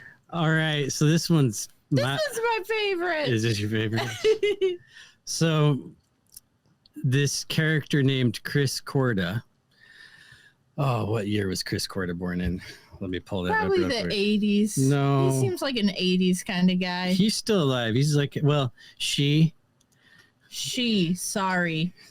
Tranny. We're not going to do the pronoun game here. I'm sorry about that, That's but right. I'm going to call Chris a he. Chris has kind of bounced Because- around the identity spectrum, but Chris kept his penis. So I'm going to go with he. All right. That works. So Chris Corda was born in 1962 I was to wrong. elite parents in New York City. I don't remember what his dad did. I think it was something in like media, magazine, mogul, something like that. And his mom came from money. They also, raised him pretty high class. And like often happens when these liberal rich kids don't have shit to give meaning to, they create it. And apparently Chris at 10 years old saw New York, which doesn't add up to me. 1972, Chris was 10 and claims to have read a headline from the New York Times about global warming. But in the 70s, I thought they were warning about a coming ice age. Anyway, that's the story. And that just kind of changed the way that Chris looked at the world. And Chris wanted to make a difference. Got into college, was still to this day is a tech person, like really into the tech industry. And when in college, he was rooming with this person who was a activist from the 60s. And I don't remember this dude's name, but he was one of those guys, probably there in Chicago in 68 and all that kind of stuff, probably a plant. We talking Students for Democratic Society or the Weather Underground? Yeah, this guy rubbed shoulders with all of that. Let me see if I can find that dude's name because it actually. I would argue they're an offshoot of the Process Church of the Final Judgment, sir. In fact, Bill Ayers, the head of the Weather Underground, which formed out of the SDS, would celebrate Charles Manson and Double Sirhan throughout his life in various speeches and dedications and books. Both processings, Sirhan and old Charlie. Jesus. Yeah, I'm not finding this dude's name, but it doesn't matter. We can just assume. Yeah, I apologize. I didn't mean to go full process on you. No. I was hoping you would. And you didn't disappoint. And you're probably going to cut in because there's a lot of interesting shit in here. So Chris is rooming with this guy in New York, has a dream one night where he's visited by something called the Being. And the Being spoke in weird languages, and he didn't really get the message, but he woke up with a line almost like psychically driven into his head: save the planet, kill yourself. And he tells his roommate, this old 60s activist guy, that this is the message he got. So they kind of started something here. And it was basically, they got a bunch of other wackos who, and this is 1992, they take this shit to the streets. And they would show up with picket signs, and they would go to KKK rallies and just like push their message. And then they finally got attention when they started going to like pro-life rallies and all that. They would walk around the crowds with like baby dolls on pikes and chant their slogans like "Eat a queer fetus for Jesus," "Make love, not children," "Save the planet, kill yourself" was their main slogan. And they started getting some media attention. Now, 5 years after all this, they really made it onto the scene. They got onto the Jerry Springer show. And it was a fully formed religion at this point. And they didn't call themselves a religion. They called themselves a church. But they actually, this part, we'll get to the Jerry Springer thing in a second. But they filed for religious tax exemption. And the IRS came back and said, unfortunately, you don't qualify, but if you were to file as an educational foundation, you would be fully tax exempt. So the United States government gives these people educational foundation status. And this is the message. They have 4 pillars, which is, do you remember them? Kill yourself. 4 pillars. Huh? Okay. That's interesting. Suicide. Cannibalism. That's one of the last ones. They get more shocking. Eat your fetus. Oh my dude. Yo, what the Let me pull up the 4 pillars, but do you want to? Do you want me to look up the 4 pillars? Oh yeah, I'll tell them about the Jerry Springer. So Jerry has this set up to where this woman. I love Jerry Springer. Yeah, Me too. this young woman who's thinking about joining the Church of Euthanasia is the subject of the show, and they bring out Corda, who comes out in full trans woman attire, and Pastor Vermin, like, Vermin, Vermin, and then this other guy. So they start talking about their church and what it is. And the 4 pillars are suicide, abortion, cannibalism, and sodomy. What the And Fantastic. he's talking about Where do I sign up? he's talking about Right. the traditional definition of sodomy, like biblically. He's Non-procreative, talking about beehole sex. non-procreative acts of sex were encouraged, which does include anal. But you guys know about sodomy laws. There was oral sodomy laws. They did target gays with it, but biblically, sodomy is any sexual act non-procreative. So that's what he was pushing. Now, suicide, he put emphasis on it has to be voluntary. He didn't want like a Jonestown type thing. He thought it's one way you can help out. Abortion. So the 4 pillars are their one thing, but the only thing you had to do was give a one-time fee of $10 and take a vow of to never reproduce. So as long as you never reproduced, you couldn't get excommunicated from this group. And then like other cults, a little side note, some people even say this group wasn't a cult. I think it was. But they had actual people kill themselves. Yeah, so as we get further down the line, this actually does take hold. But they had like a stronghold of physical membership in the hundreds, but online this thing started spreading and is actually still active today. It's supposedly making a comeback. But he had his Springer appearance, and he ends up hooking up with this political activist, and they start a party to get Ted Kaczynski elected as president. And so a little side note here, the funny thing, they had some ordained saints, Dr. Kevorkian and Margaret Sanger. This all sounds very Discordian, like extreme version of Discordian. So they actually practiced Discordian, and they really took it's called Dadaism. Yeah, it's the organizational structure that's telling to me as well, and also the philosophies, as you're saying. In World War I, there was this art movement where it was completely satire and street performative, and they would make collages and stuff. And a lot of these protest movements take notes from this Dadaist movement. Discordianism, I think, came out of that too. But apparently that's very old. So you got to tell him about his fabulous music selection. Oh, he's a techno musician too. And during 9/11, he wrote a song, made a music video that he posted a day after 9/11. Do you remember what the song was called? Eat Yo Baby. Eat Yo Baby. I don't remember the name of the song, but it showed the towers falling interlaced with hardcore pornography, interlaced with sports. And then he would masturbate and wipe himself with an American flag. What the fuck, man? Even his members were like, whoa, dude. This is wild, dude. Yeah, I would have been like, whoa, bro, I'm out of here. It's a little too much. Yeah, and this guy today, when I was researching this, I pulled up some like what do they call it? Antinatalism. These antinatalist podcasts have this guy on. You can listen to him within the last couple of years. He's making appearances, and they're like touting and holding this guy up. And he claims now that he was an agent.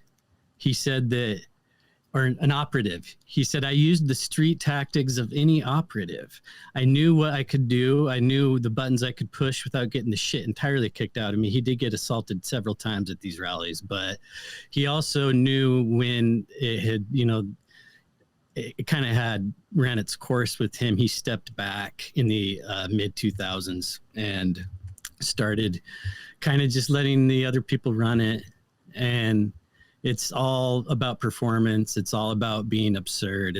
And he's contradicted his own message on several occasions. Yeah, he's still alive and hasn't killed himself. That would be number one. So he loves suicide so much. He should do that. Bro. In 1999, he was interviewed by a publication, and at that point, nobody had killed themselves in name of the movement. But he did say it's a shame that no one has, and that we don't get sued by their parents, because then that would bring us a lot of attention. So in 2003, I think, I might have that year wrong, but it was somewhere in the early 2000s, someone did it. And when he said to kill yourself, he said, if you do it, put like one of our pamphlets next to your body, or have our website pulled up. Put my playlist on. And so that the website's still active today if you want to take a peek at it. But anyway, so one person did commit suicide that was attributed to them, but he has claimed that there were many. And he says he does have a little remorse for that, but not too much. Not enough to kill himself. People have asked him, well, why don't you kill yourself? And he said, well, if I do, it'll be my decision, and I'll do it when I feel like it. So what a cop out. I have I was just reading some other details. This is such a fascinating tale. I've never heard of these people before, so I appreciate Isn't y'all. it crazy? He shocked me when he brought this one up. This is the son of the head of Simon and Schuster for 40 years. Simon and Schuster. Oh shit, that's a publishing. Yeah, the company, third right? largest publication. This transgender cult leader is the son of the head of Simon and Schuster. I knew. You want to talk about connected right there, right? Mm-hmm. JJ, isn't this the craziest shit you've ever seen? But he's publicly disavowed his parents, which we know how that goes. This shit's wild. Yeah, so did Jim Morrison. Yeah, that's clever. I don't buy these things, but I do appreciate the details there, Colby. It's always an interesting. Like, oh, I hate my parents. Yeah, of course you do. Yeah, I haven't seen my dad since we took a picture on his naval ship 6 months ago. Right. Yeah, exactly. and when I signed that check last week they sent me, but Bill Ayers is from Chicago there with the SDS and the Weather Underground. His daddy was the head of the Chicago Power Company. So, and Chicago serves as a publisher. These are just the thoughts I have, that are going through my brain hole. Chicago serves still today as the center of public publications for all print media in America. So, you see the son of the third largest publisher in America, doing these things, he really draws the question, what the hell's going on here? Church of Euthanasia. And this one, to me, I think it's interesting that the government allowed them to be an educational foundation with the message they're pushing. And also the fact that they were really ahead of their time, because these things they were doing now are just commonplace. Back then, they were kind of, groundbreaking for doing that kind of shit. And they didn't take money. They sold bumper stickers with their slogans on it. He said they may have made $100,000, but they just put it back into producing more merch. Basically. Euthanasia merch. And so to me, it's like a complete front for pushing a new narrative that now we have like Greta Thunberg running around, and all this stuff wasn't going on back then. And these guys did kind of bring it to the forefront. And they also, to bring back Project Mayhem, they did very Project Mayhem-esque things that, at one phase in the movie where they're defacing Starbucks and all that kind of stuff. Yep. They did shit like that. I mean, they would get arrested, get a lot of attention, move on to the next op. I feel like very Processian. It's important to note that when we were doing this series, I don't know if we were doing it intentionally, but I was definitely always trying to one-up him with my cult. So I would pick a cult and he would pick a cult, and we wouldn't tell each other which one we picked. And then we would cover stuff about it. And when he brought this shit up, it's like, how the fuck do you top that? How the fuck do you top Church of Euthanasia? What the fuck? I had never heard of that shit in my life. Yeah, that shit's wild, man. So what I did was the Twin Flames cult to rival the Church of Euthanasia. Well, I walked into the last week of this going, all of these are so similar. We got to find some that just stick out. So I was trying to choose between Twin Flames and this Church of Euthanasia. And I told her, and she's like, oh, I'll do the Twin Flames. And that one, to me, I think is more interesting. It might be. I think it's a good one to end on for sure. Yeah, and just how modern it is. So are you guys familiar with the concept of a twin flame? Let me just first start with that. Everybody is pretty much? Yeah. Okay. I am not, Julia. I'm a heterosexual man, but please elaborate. So, all right, JJ, the concept of the twin flame is very similar to that of like having a soulmate. So, you know how when people meet and they're like, oh, you know, I knew I was going to be with them. We're soulmates. We've done many lifetimes together, da, da, da. So the concept of the twin flame is not that you met like your soulmate. It's that your soul at some point broke apart into two pieces and you're only half of your soul, and you have to find the other half of your soul in another human being. And when you meet that person, it's considered to be your twin flame, and that you're just two halves of a whole person. And then you can say the famous Jerry Maguire line, "You complete me." You complete. I mean, this is literally like your other half, the yin to your yang. And it's really big in astrological circles. Like they throw that term around like because it's fucking the N-word. Well, I feel like because a soulmate. Now that you mention that, I hear that thrown around a lot jokingly amongst the community of some of my folks of the interwebs in the Idaho 4 community, particularly Lucy Morningstar, the Princess of Darkness. She's a twin flame thing. Yeah, this is some of my community over there. They like to joke around about this twin flame concept. I'm not familiar with the ins and outs of it, so I'm starting to piece these things together. But yeah, when you say it gets tossed around that astrology community, yeah, I see that now. I've seen it. It's a very new agey concept, and it is a big part of new age spiritualism. Yeah, it's fucking ridiculous. I'm not going to sit here and say that I don't think there are aspects of like soulmates and stuff like that isn't true, because I feel like you could meet somebody and be in a non-romantic relationship with them, like a friendship, and feel like they're a soulmate or something like that. Like, you know, obviously, I call them hetero life mates. You know. Jane Silent Bob style, right? Well, it's my hetero life mate, Jane Silent Bob. Soul tribes, where like, you come back, you come back playing different roles to each other. Like your mom could be your soulmate. I don't know, like romantically speaking, it seems like. So this is an actual cult. It is a cult. It is a cult. Crazy. So, but it's not exclusively sexual. What you're saying, it could be platonic. Well, I think so. In my opinion, they have taken the twin flame thing and made it romantic, but I think you can have a soulmate be a non-romantic person. Like, in my opinion, you can be a best friend or like whoever and feel like you've done lifetimes together. I think that's one thing to say, but like in this twin flames cult, it's all about romance and sex. And basically these two people, their name is Jeff and Shalia. They renamed themselves Divine. So Jeff and Shalia Divine. Yeah, she was originally Megan Plant. Yeah, her real name is Megan Plant. And I don't remember what Jeff's last name was. It was like Eon. Yeah, Jeff Eon. Which I think is cooler. That's cooler than Plant. Yeah. Cooler than Divine. Yeah, cooler than Divine. Yeah, he should have just been Eon. Yeah. But interestingly, he kept the Jeff. Yeah, he kept Jeff. And Megan became Shanae. Right. Or Shalia. Right? Shalia. Yeah, Shalia. Jeff and Shalia Divine. And so basically they said they were twin flames and that they had a divine gift of being able to tell you how to find your twin flame relationship and how to bring your twin flame to you if you haven't met them already for the low price of $222 a month. For a 12-month program, they could help you find your twin flame. This is how it started. Well, and so they're manifesting shit, huh? Well, so he as a kid would tell his friends that he was both going to be a millionaire. And didn't he say something about starting a cult? He said when he was in college that he was going to become a millionaire and that he was going to start a cult. And he wasn't into this romance shit. He was pushing like health hacks. And not really making money doing it. And then he meets her through online dating and they scheme together with her belief system. Yeah, she's the one who brought the... Yeah, she did. But she's the one who brought like the weird new age spiritualism into his life. Behind every heister, there's a bitchy woman fucking telling him what to with do. patchouli pits. Patchouli pits.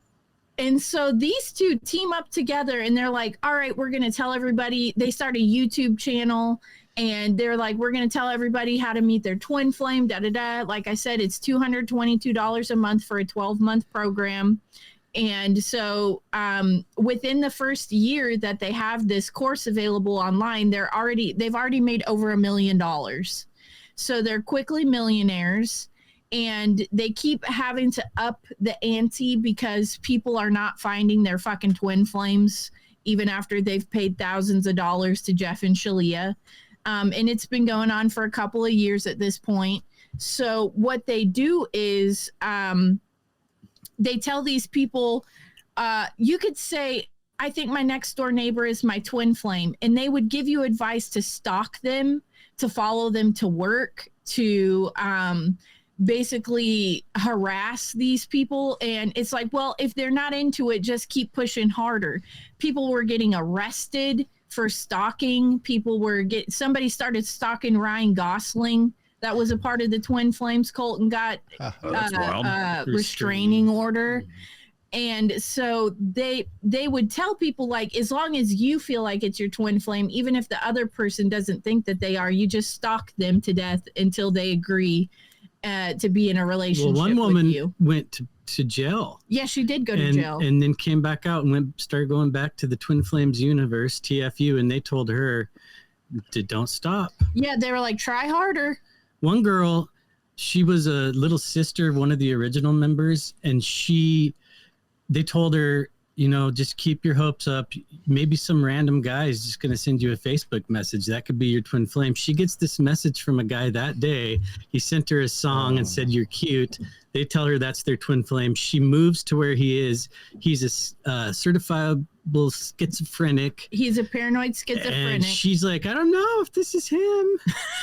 And what, a match made in hell. He literally throws shit at the walls. He does anal digging. Oh. What the fuck? This group sounds wild. Does dude. anal This group sounds spelunking? super wild. But he sent her a message on Facebook and they said, that's your twin flame. So she moved to like Montana or wherever this guy was, moved in with him, then realized he was a paranoid schizophrenic. She's 19. She's 19. He's like 30 something. He was like 40. Holy shit, dude. And so she's like, hey, this guy, he's got mental illness. He's into anal love. He's into like anal digging.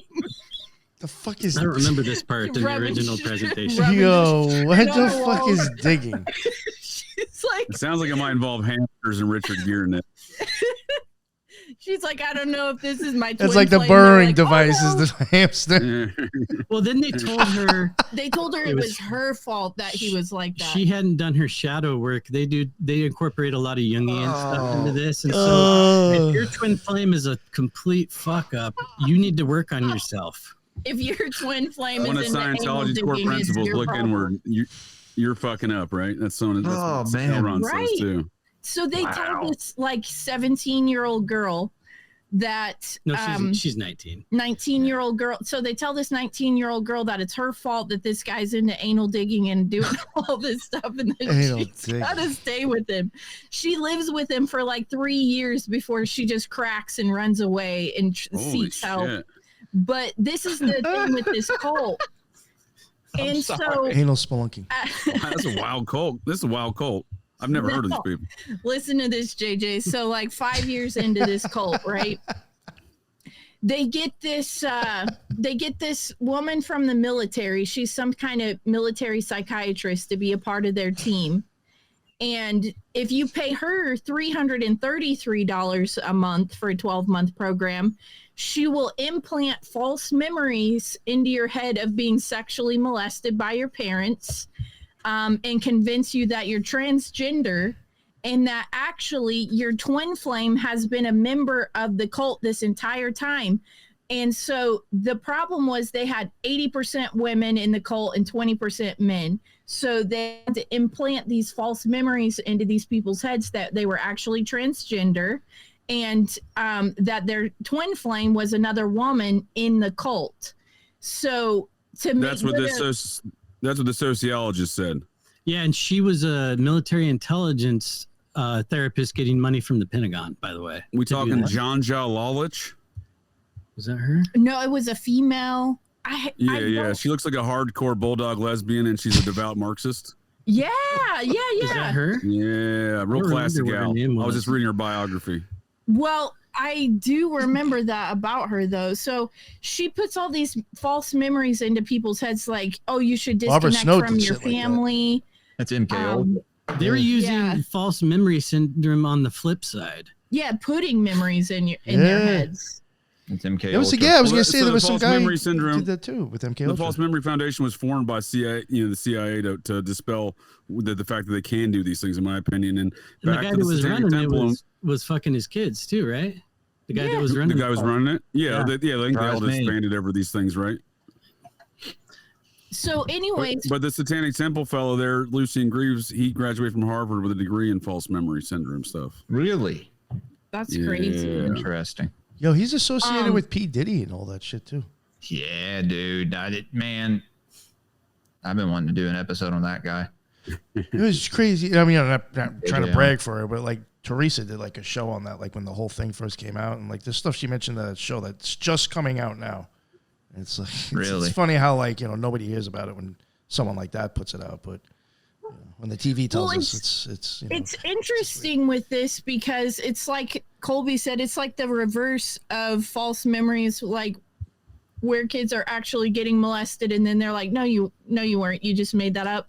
In this case, it was like a bunch of normal people who had never been molested, and she was like, yeah, you were. That's why you're secretly a man inside. And you were also a little boy. But you're also a little boy. Yeah, it's fucking crazy. She'd been working with him for years, but then when this transgender shit started, I was hoping you were going to get into that. I don't know if it was like hypnotherapy, but it was something like that, right? Wow. Yeah, that was Jared's family.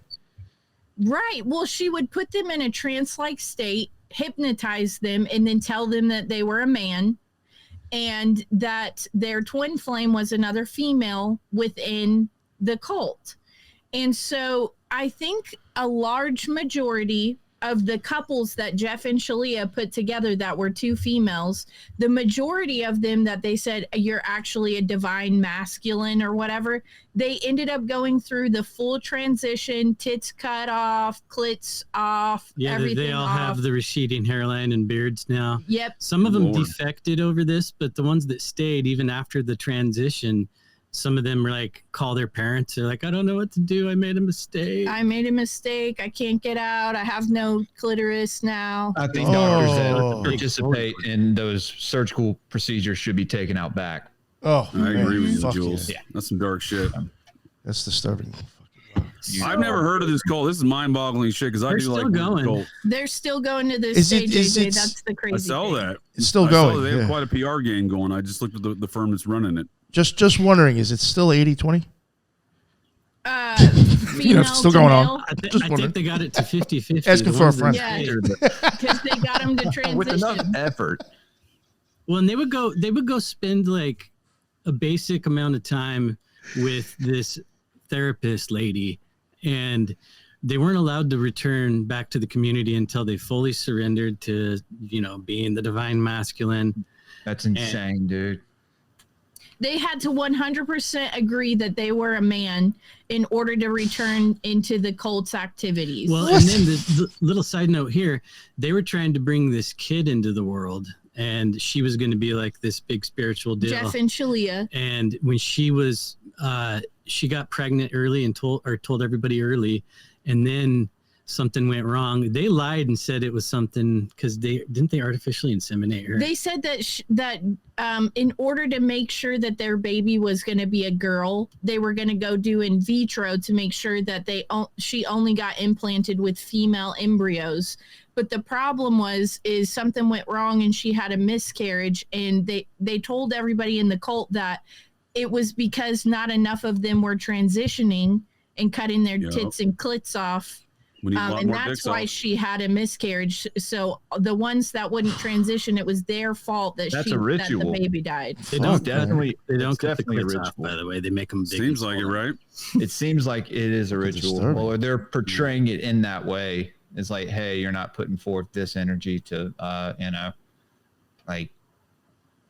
Yeah, and they're the ones Transition. dictating who's not meeting their qualifications here, right, Jules? So it's the cult leaders that can dictate these rituals and who they're incorporating in it. So I think that's all ritualistic.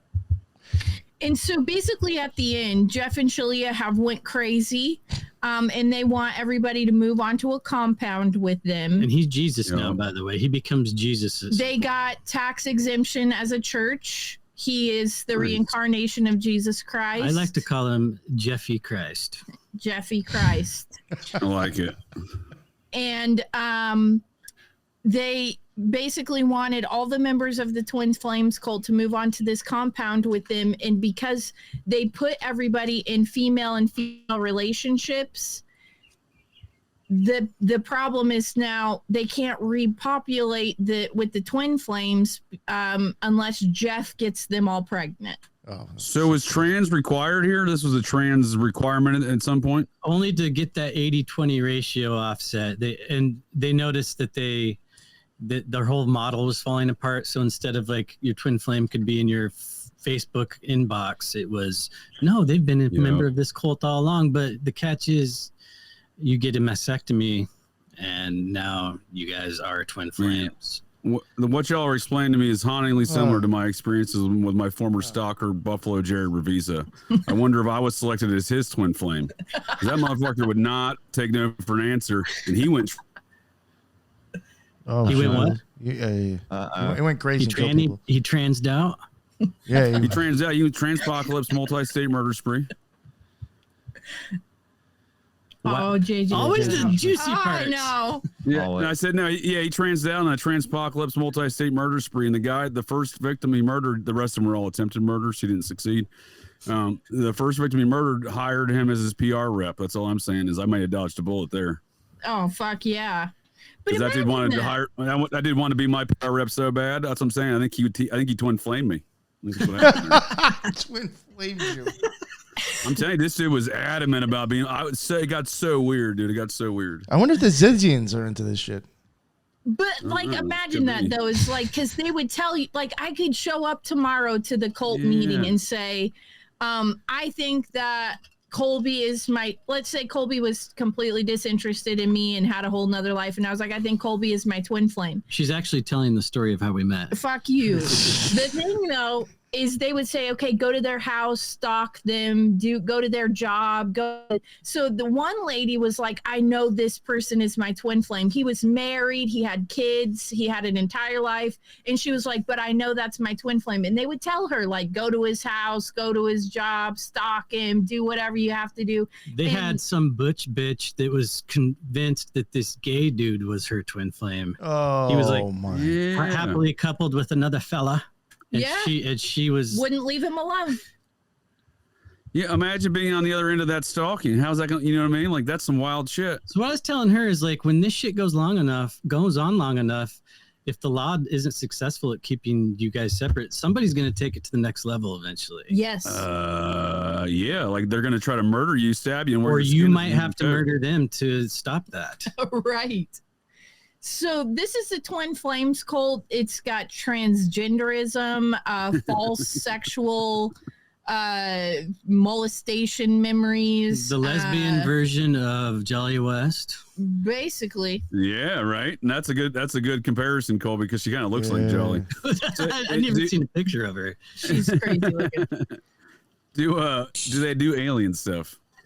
I don't. So the only thing that comes into that, as far as like esoteric wise, would be that Jeff thinks he's Jesus, and told everybody he was, and then he said that in every relationship, which is something that maybe you guys can agree with, but in every relationship, whether it's a man and a woman and a woman, or a man and a man, there's always one divine feminine and one divine masculine energy.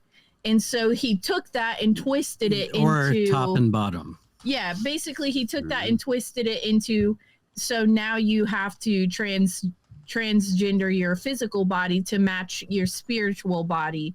And so that's like the weird esoteric stuff, and the twin flame aspect in itself is part of the esoteric world, but that's basically twin flames the twin flame cult in a nutshell. And fucked up. JJ, have you heard of the Twin Ray cult? Oh, I've heard of that, I think. No, sir, I have not. They operated out of Ashland, Oregon, where I work, and it's like 14 miles south of us. And they got all their money from these Scientologists that basically are buying every historical monument and property in Ashland right now. And they funded this cult that's very similar to the Twin Flame. It's called the Twin Ray. I was wanting to talk to you about that at some point because they're definitely in that. Yeah. Oh, wow. Now I'll definitely look into that and let you know my thoughts on it. I'll shoot you a message for sure. We can definitely do a show on it in the future if you'd like. Yeah, for sure. I always love talking cults. Hell yeah. Yeah. That's fun. Oh. But that's into the Cultiverse. Hell yeah. Short form. wild. That's a wild shit. Yeah. It was quite a ride there for about a month and a half. Yeah. Jamming all this.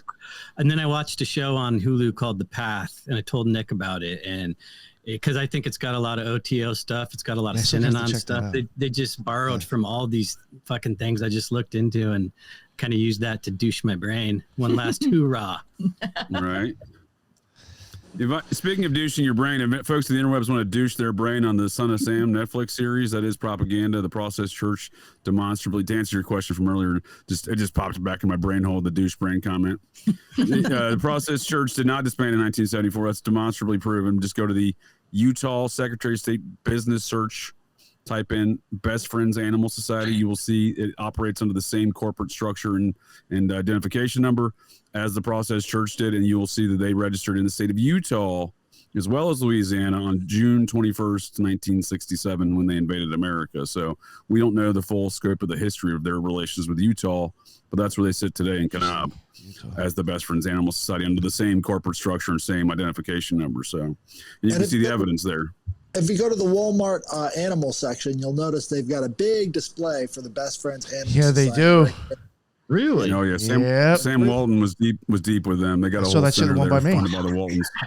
Shit's out by me. Sam's I gotta look Club. out for that next time I'm in there. I'm rarely in there. One other note on that, relative to that propaganda campaign and cover upper movement I was referring to relative to that documentary. I said Zeman, the documentary filmmaker, moved in with Franco at the same time, seemingly on the same efforts but different paths.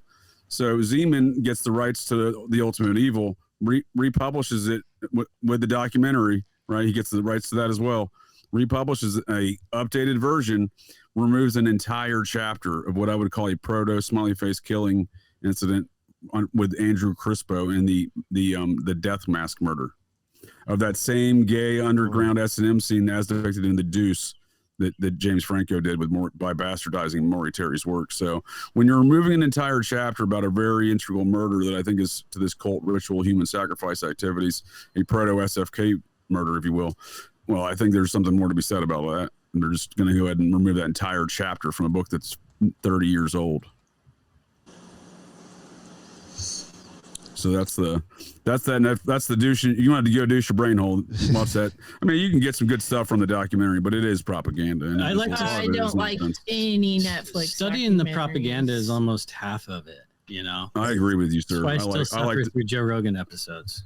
Well, I like to see not only it's not what they say, it's what they don't say, right? But it is also what they say. Like when the Satanic Temple's #2 guy is bragging that he's the go-between from the old process to the new process, and the process never ended. Well, then it is also what they say, right? He's a member of the band Skinny Puppy, or was. Skinny Puppy. And you can find a lot of this sort of mind control techniques all laid out in the Nexium case because it's all right there. That's the Albany chapter, sir. Bare bones, like that's the basic process way of doing shit, and it is the. No, you're spot on, Headless. We call them the Nexium, but it's really the evolution of the Albany chapter of the Process Church, the Final Judgment. In fact, I have a photograph from one of their own members and thought leaders, William Sims Bainbridge, pictured with them.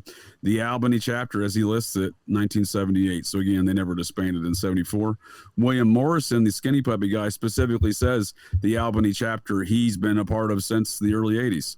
So the idea that you have two offshoots of Scientology, NXIVM and the Process in Albany, both invading politics. Well, no, it's the same organization. Right.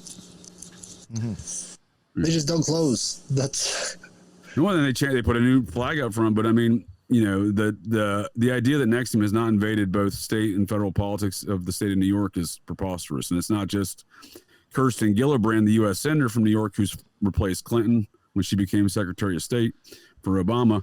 Her father was a paid executive, and her stepmother / first cousin is also a member. Same cult, new name. Same cult, Nothing new new name, under the same sun. businesses.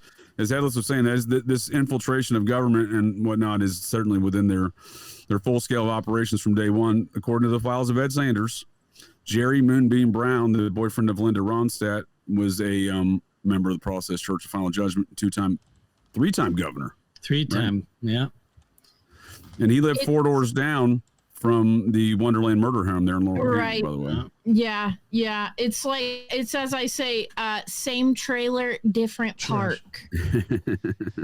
That's funny. Same trailer, different park. You just move from one place to the next.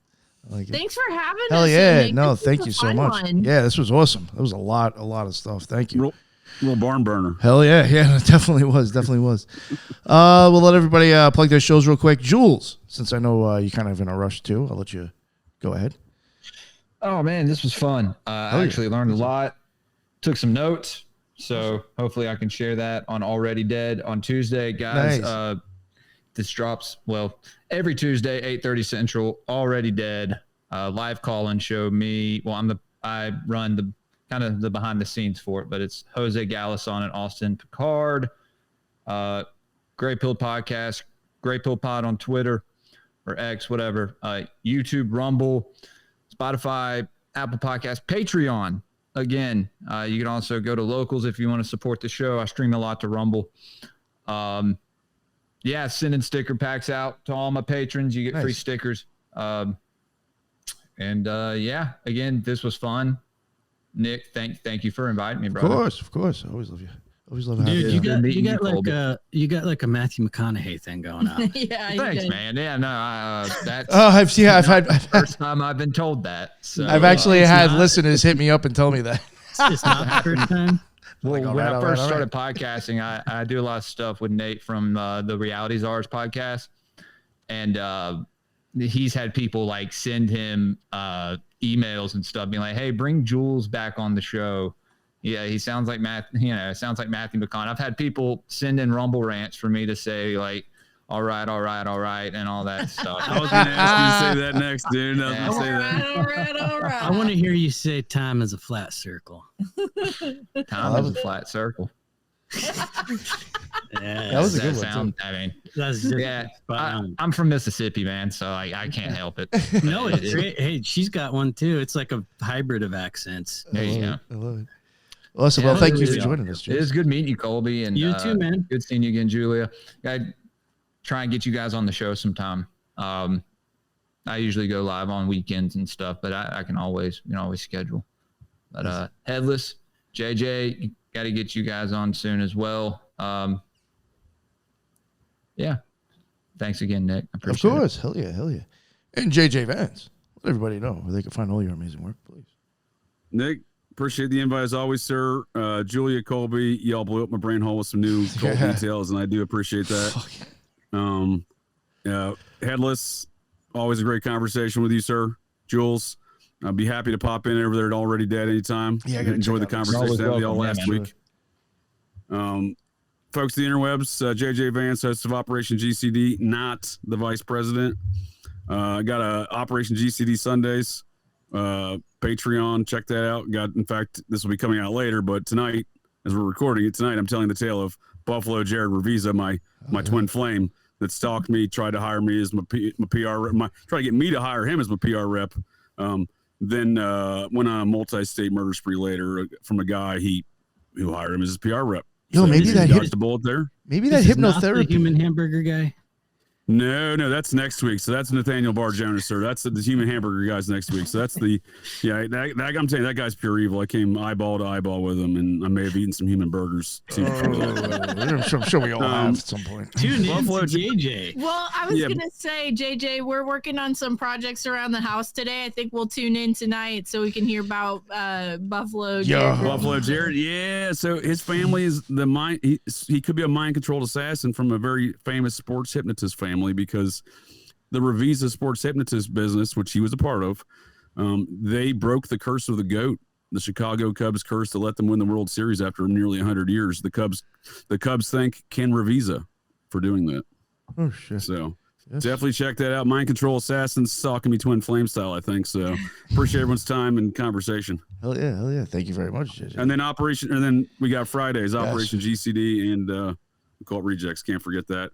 Yeah. We got Phil Z coming back up this week. I don't know when this is coming out, so Cesaro? Phil Z's coming out either this week or in the past. So yeah, it'll probably be in the past by the time this. That's Philip Cesaro. Yes. Yeah, dude, that dude's awesome. That guy's fucking photographic memory. I swear to God. So many details, dude. If he's read a book, it's in there.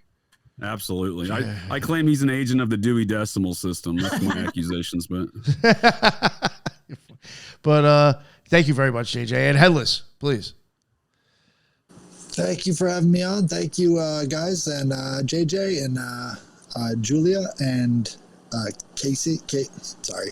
Anyways, you can find me on my X channel.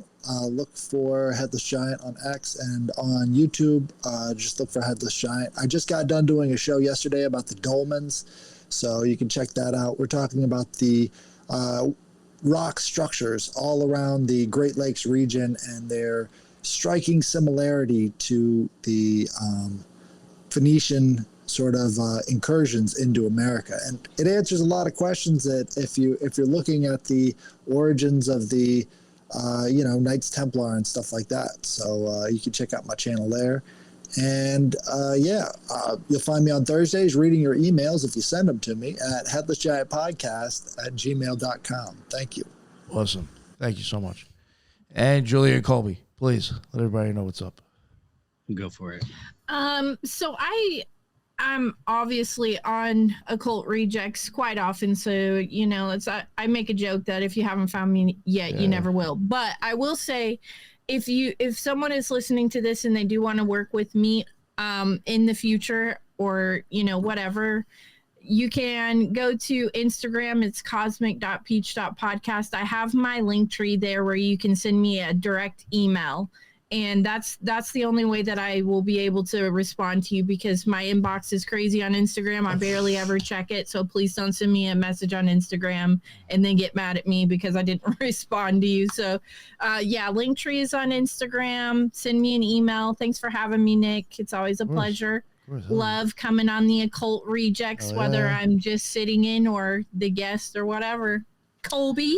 All right. ConspiracyPlaytime.com is just kind of the hub, and anywhere you listen to podcasts. Just did an episode with William Ramsey about Austin, Texas comedy and the smiley face. That one's worth checking out. And I want to mention that we did this show for the series she does on the Cult of Conspiracy, but at the end we did a bonus episode with, we take, is it five of the top cults, the most well-known, and we give them a rating system. And then we throw the cults that we covered into that rating system mix, and some of them made it up kind of high compared to it was like a Jeopardy for cults. And you can only see that on Cosmic Peach Patreon. Pay to play. Yeah, but it's worth checking out. We kind of just thought, what can we do? I didn't think it would go as well as it did, but it was fun, and it's worth listening to. That's great. Nice. Well, thank you both very much. Again, that was awesome. You guys killed it like you always do. And yeah, that is kind of kismet, man. You had a cult guy cancel, and we just ended up doing this, and we're all freshly bandized. Yeah. No, it worked out perfect. Thank you. It's awesome. Yeah, and both JJ and Headless, I'd like to work with you both on my show too at some point. I mean, there's lots to cover. You guys are both a wealth of knowledge in your own rights for sure. So. Yes, sir. I appreciate your all's time and expertise as well, and I'll get back to you on that Oregon cult you were describing. All right, Twin Ray. You're gonna get them going with that shit. Oh, dude, I've been so deep in Oregon activities, dude. Portland, Salem. So that you just added to my topography of situations out there that I'm gonna. Yeah, and we're only about an hour and a half north of Mount Shasta as well, so we're in the thick of some of this weird shit. Okay. I've been on the north end, but now I'll check out this stuff. But I do appreciate that. America was founded by cults. Yeah. It's all the way through. So if you want to know history of America, know cult history. There you go. Parting words we could have. Best parting words ever. Yeah. People with the craziest beliefs came over here. Awesome. Thank you all again. And they went west. Yeah. And yeah, that is the end of another Occult Rejects. And until the next one, everybody be well. Later.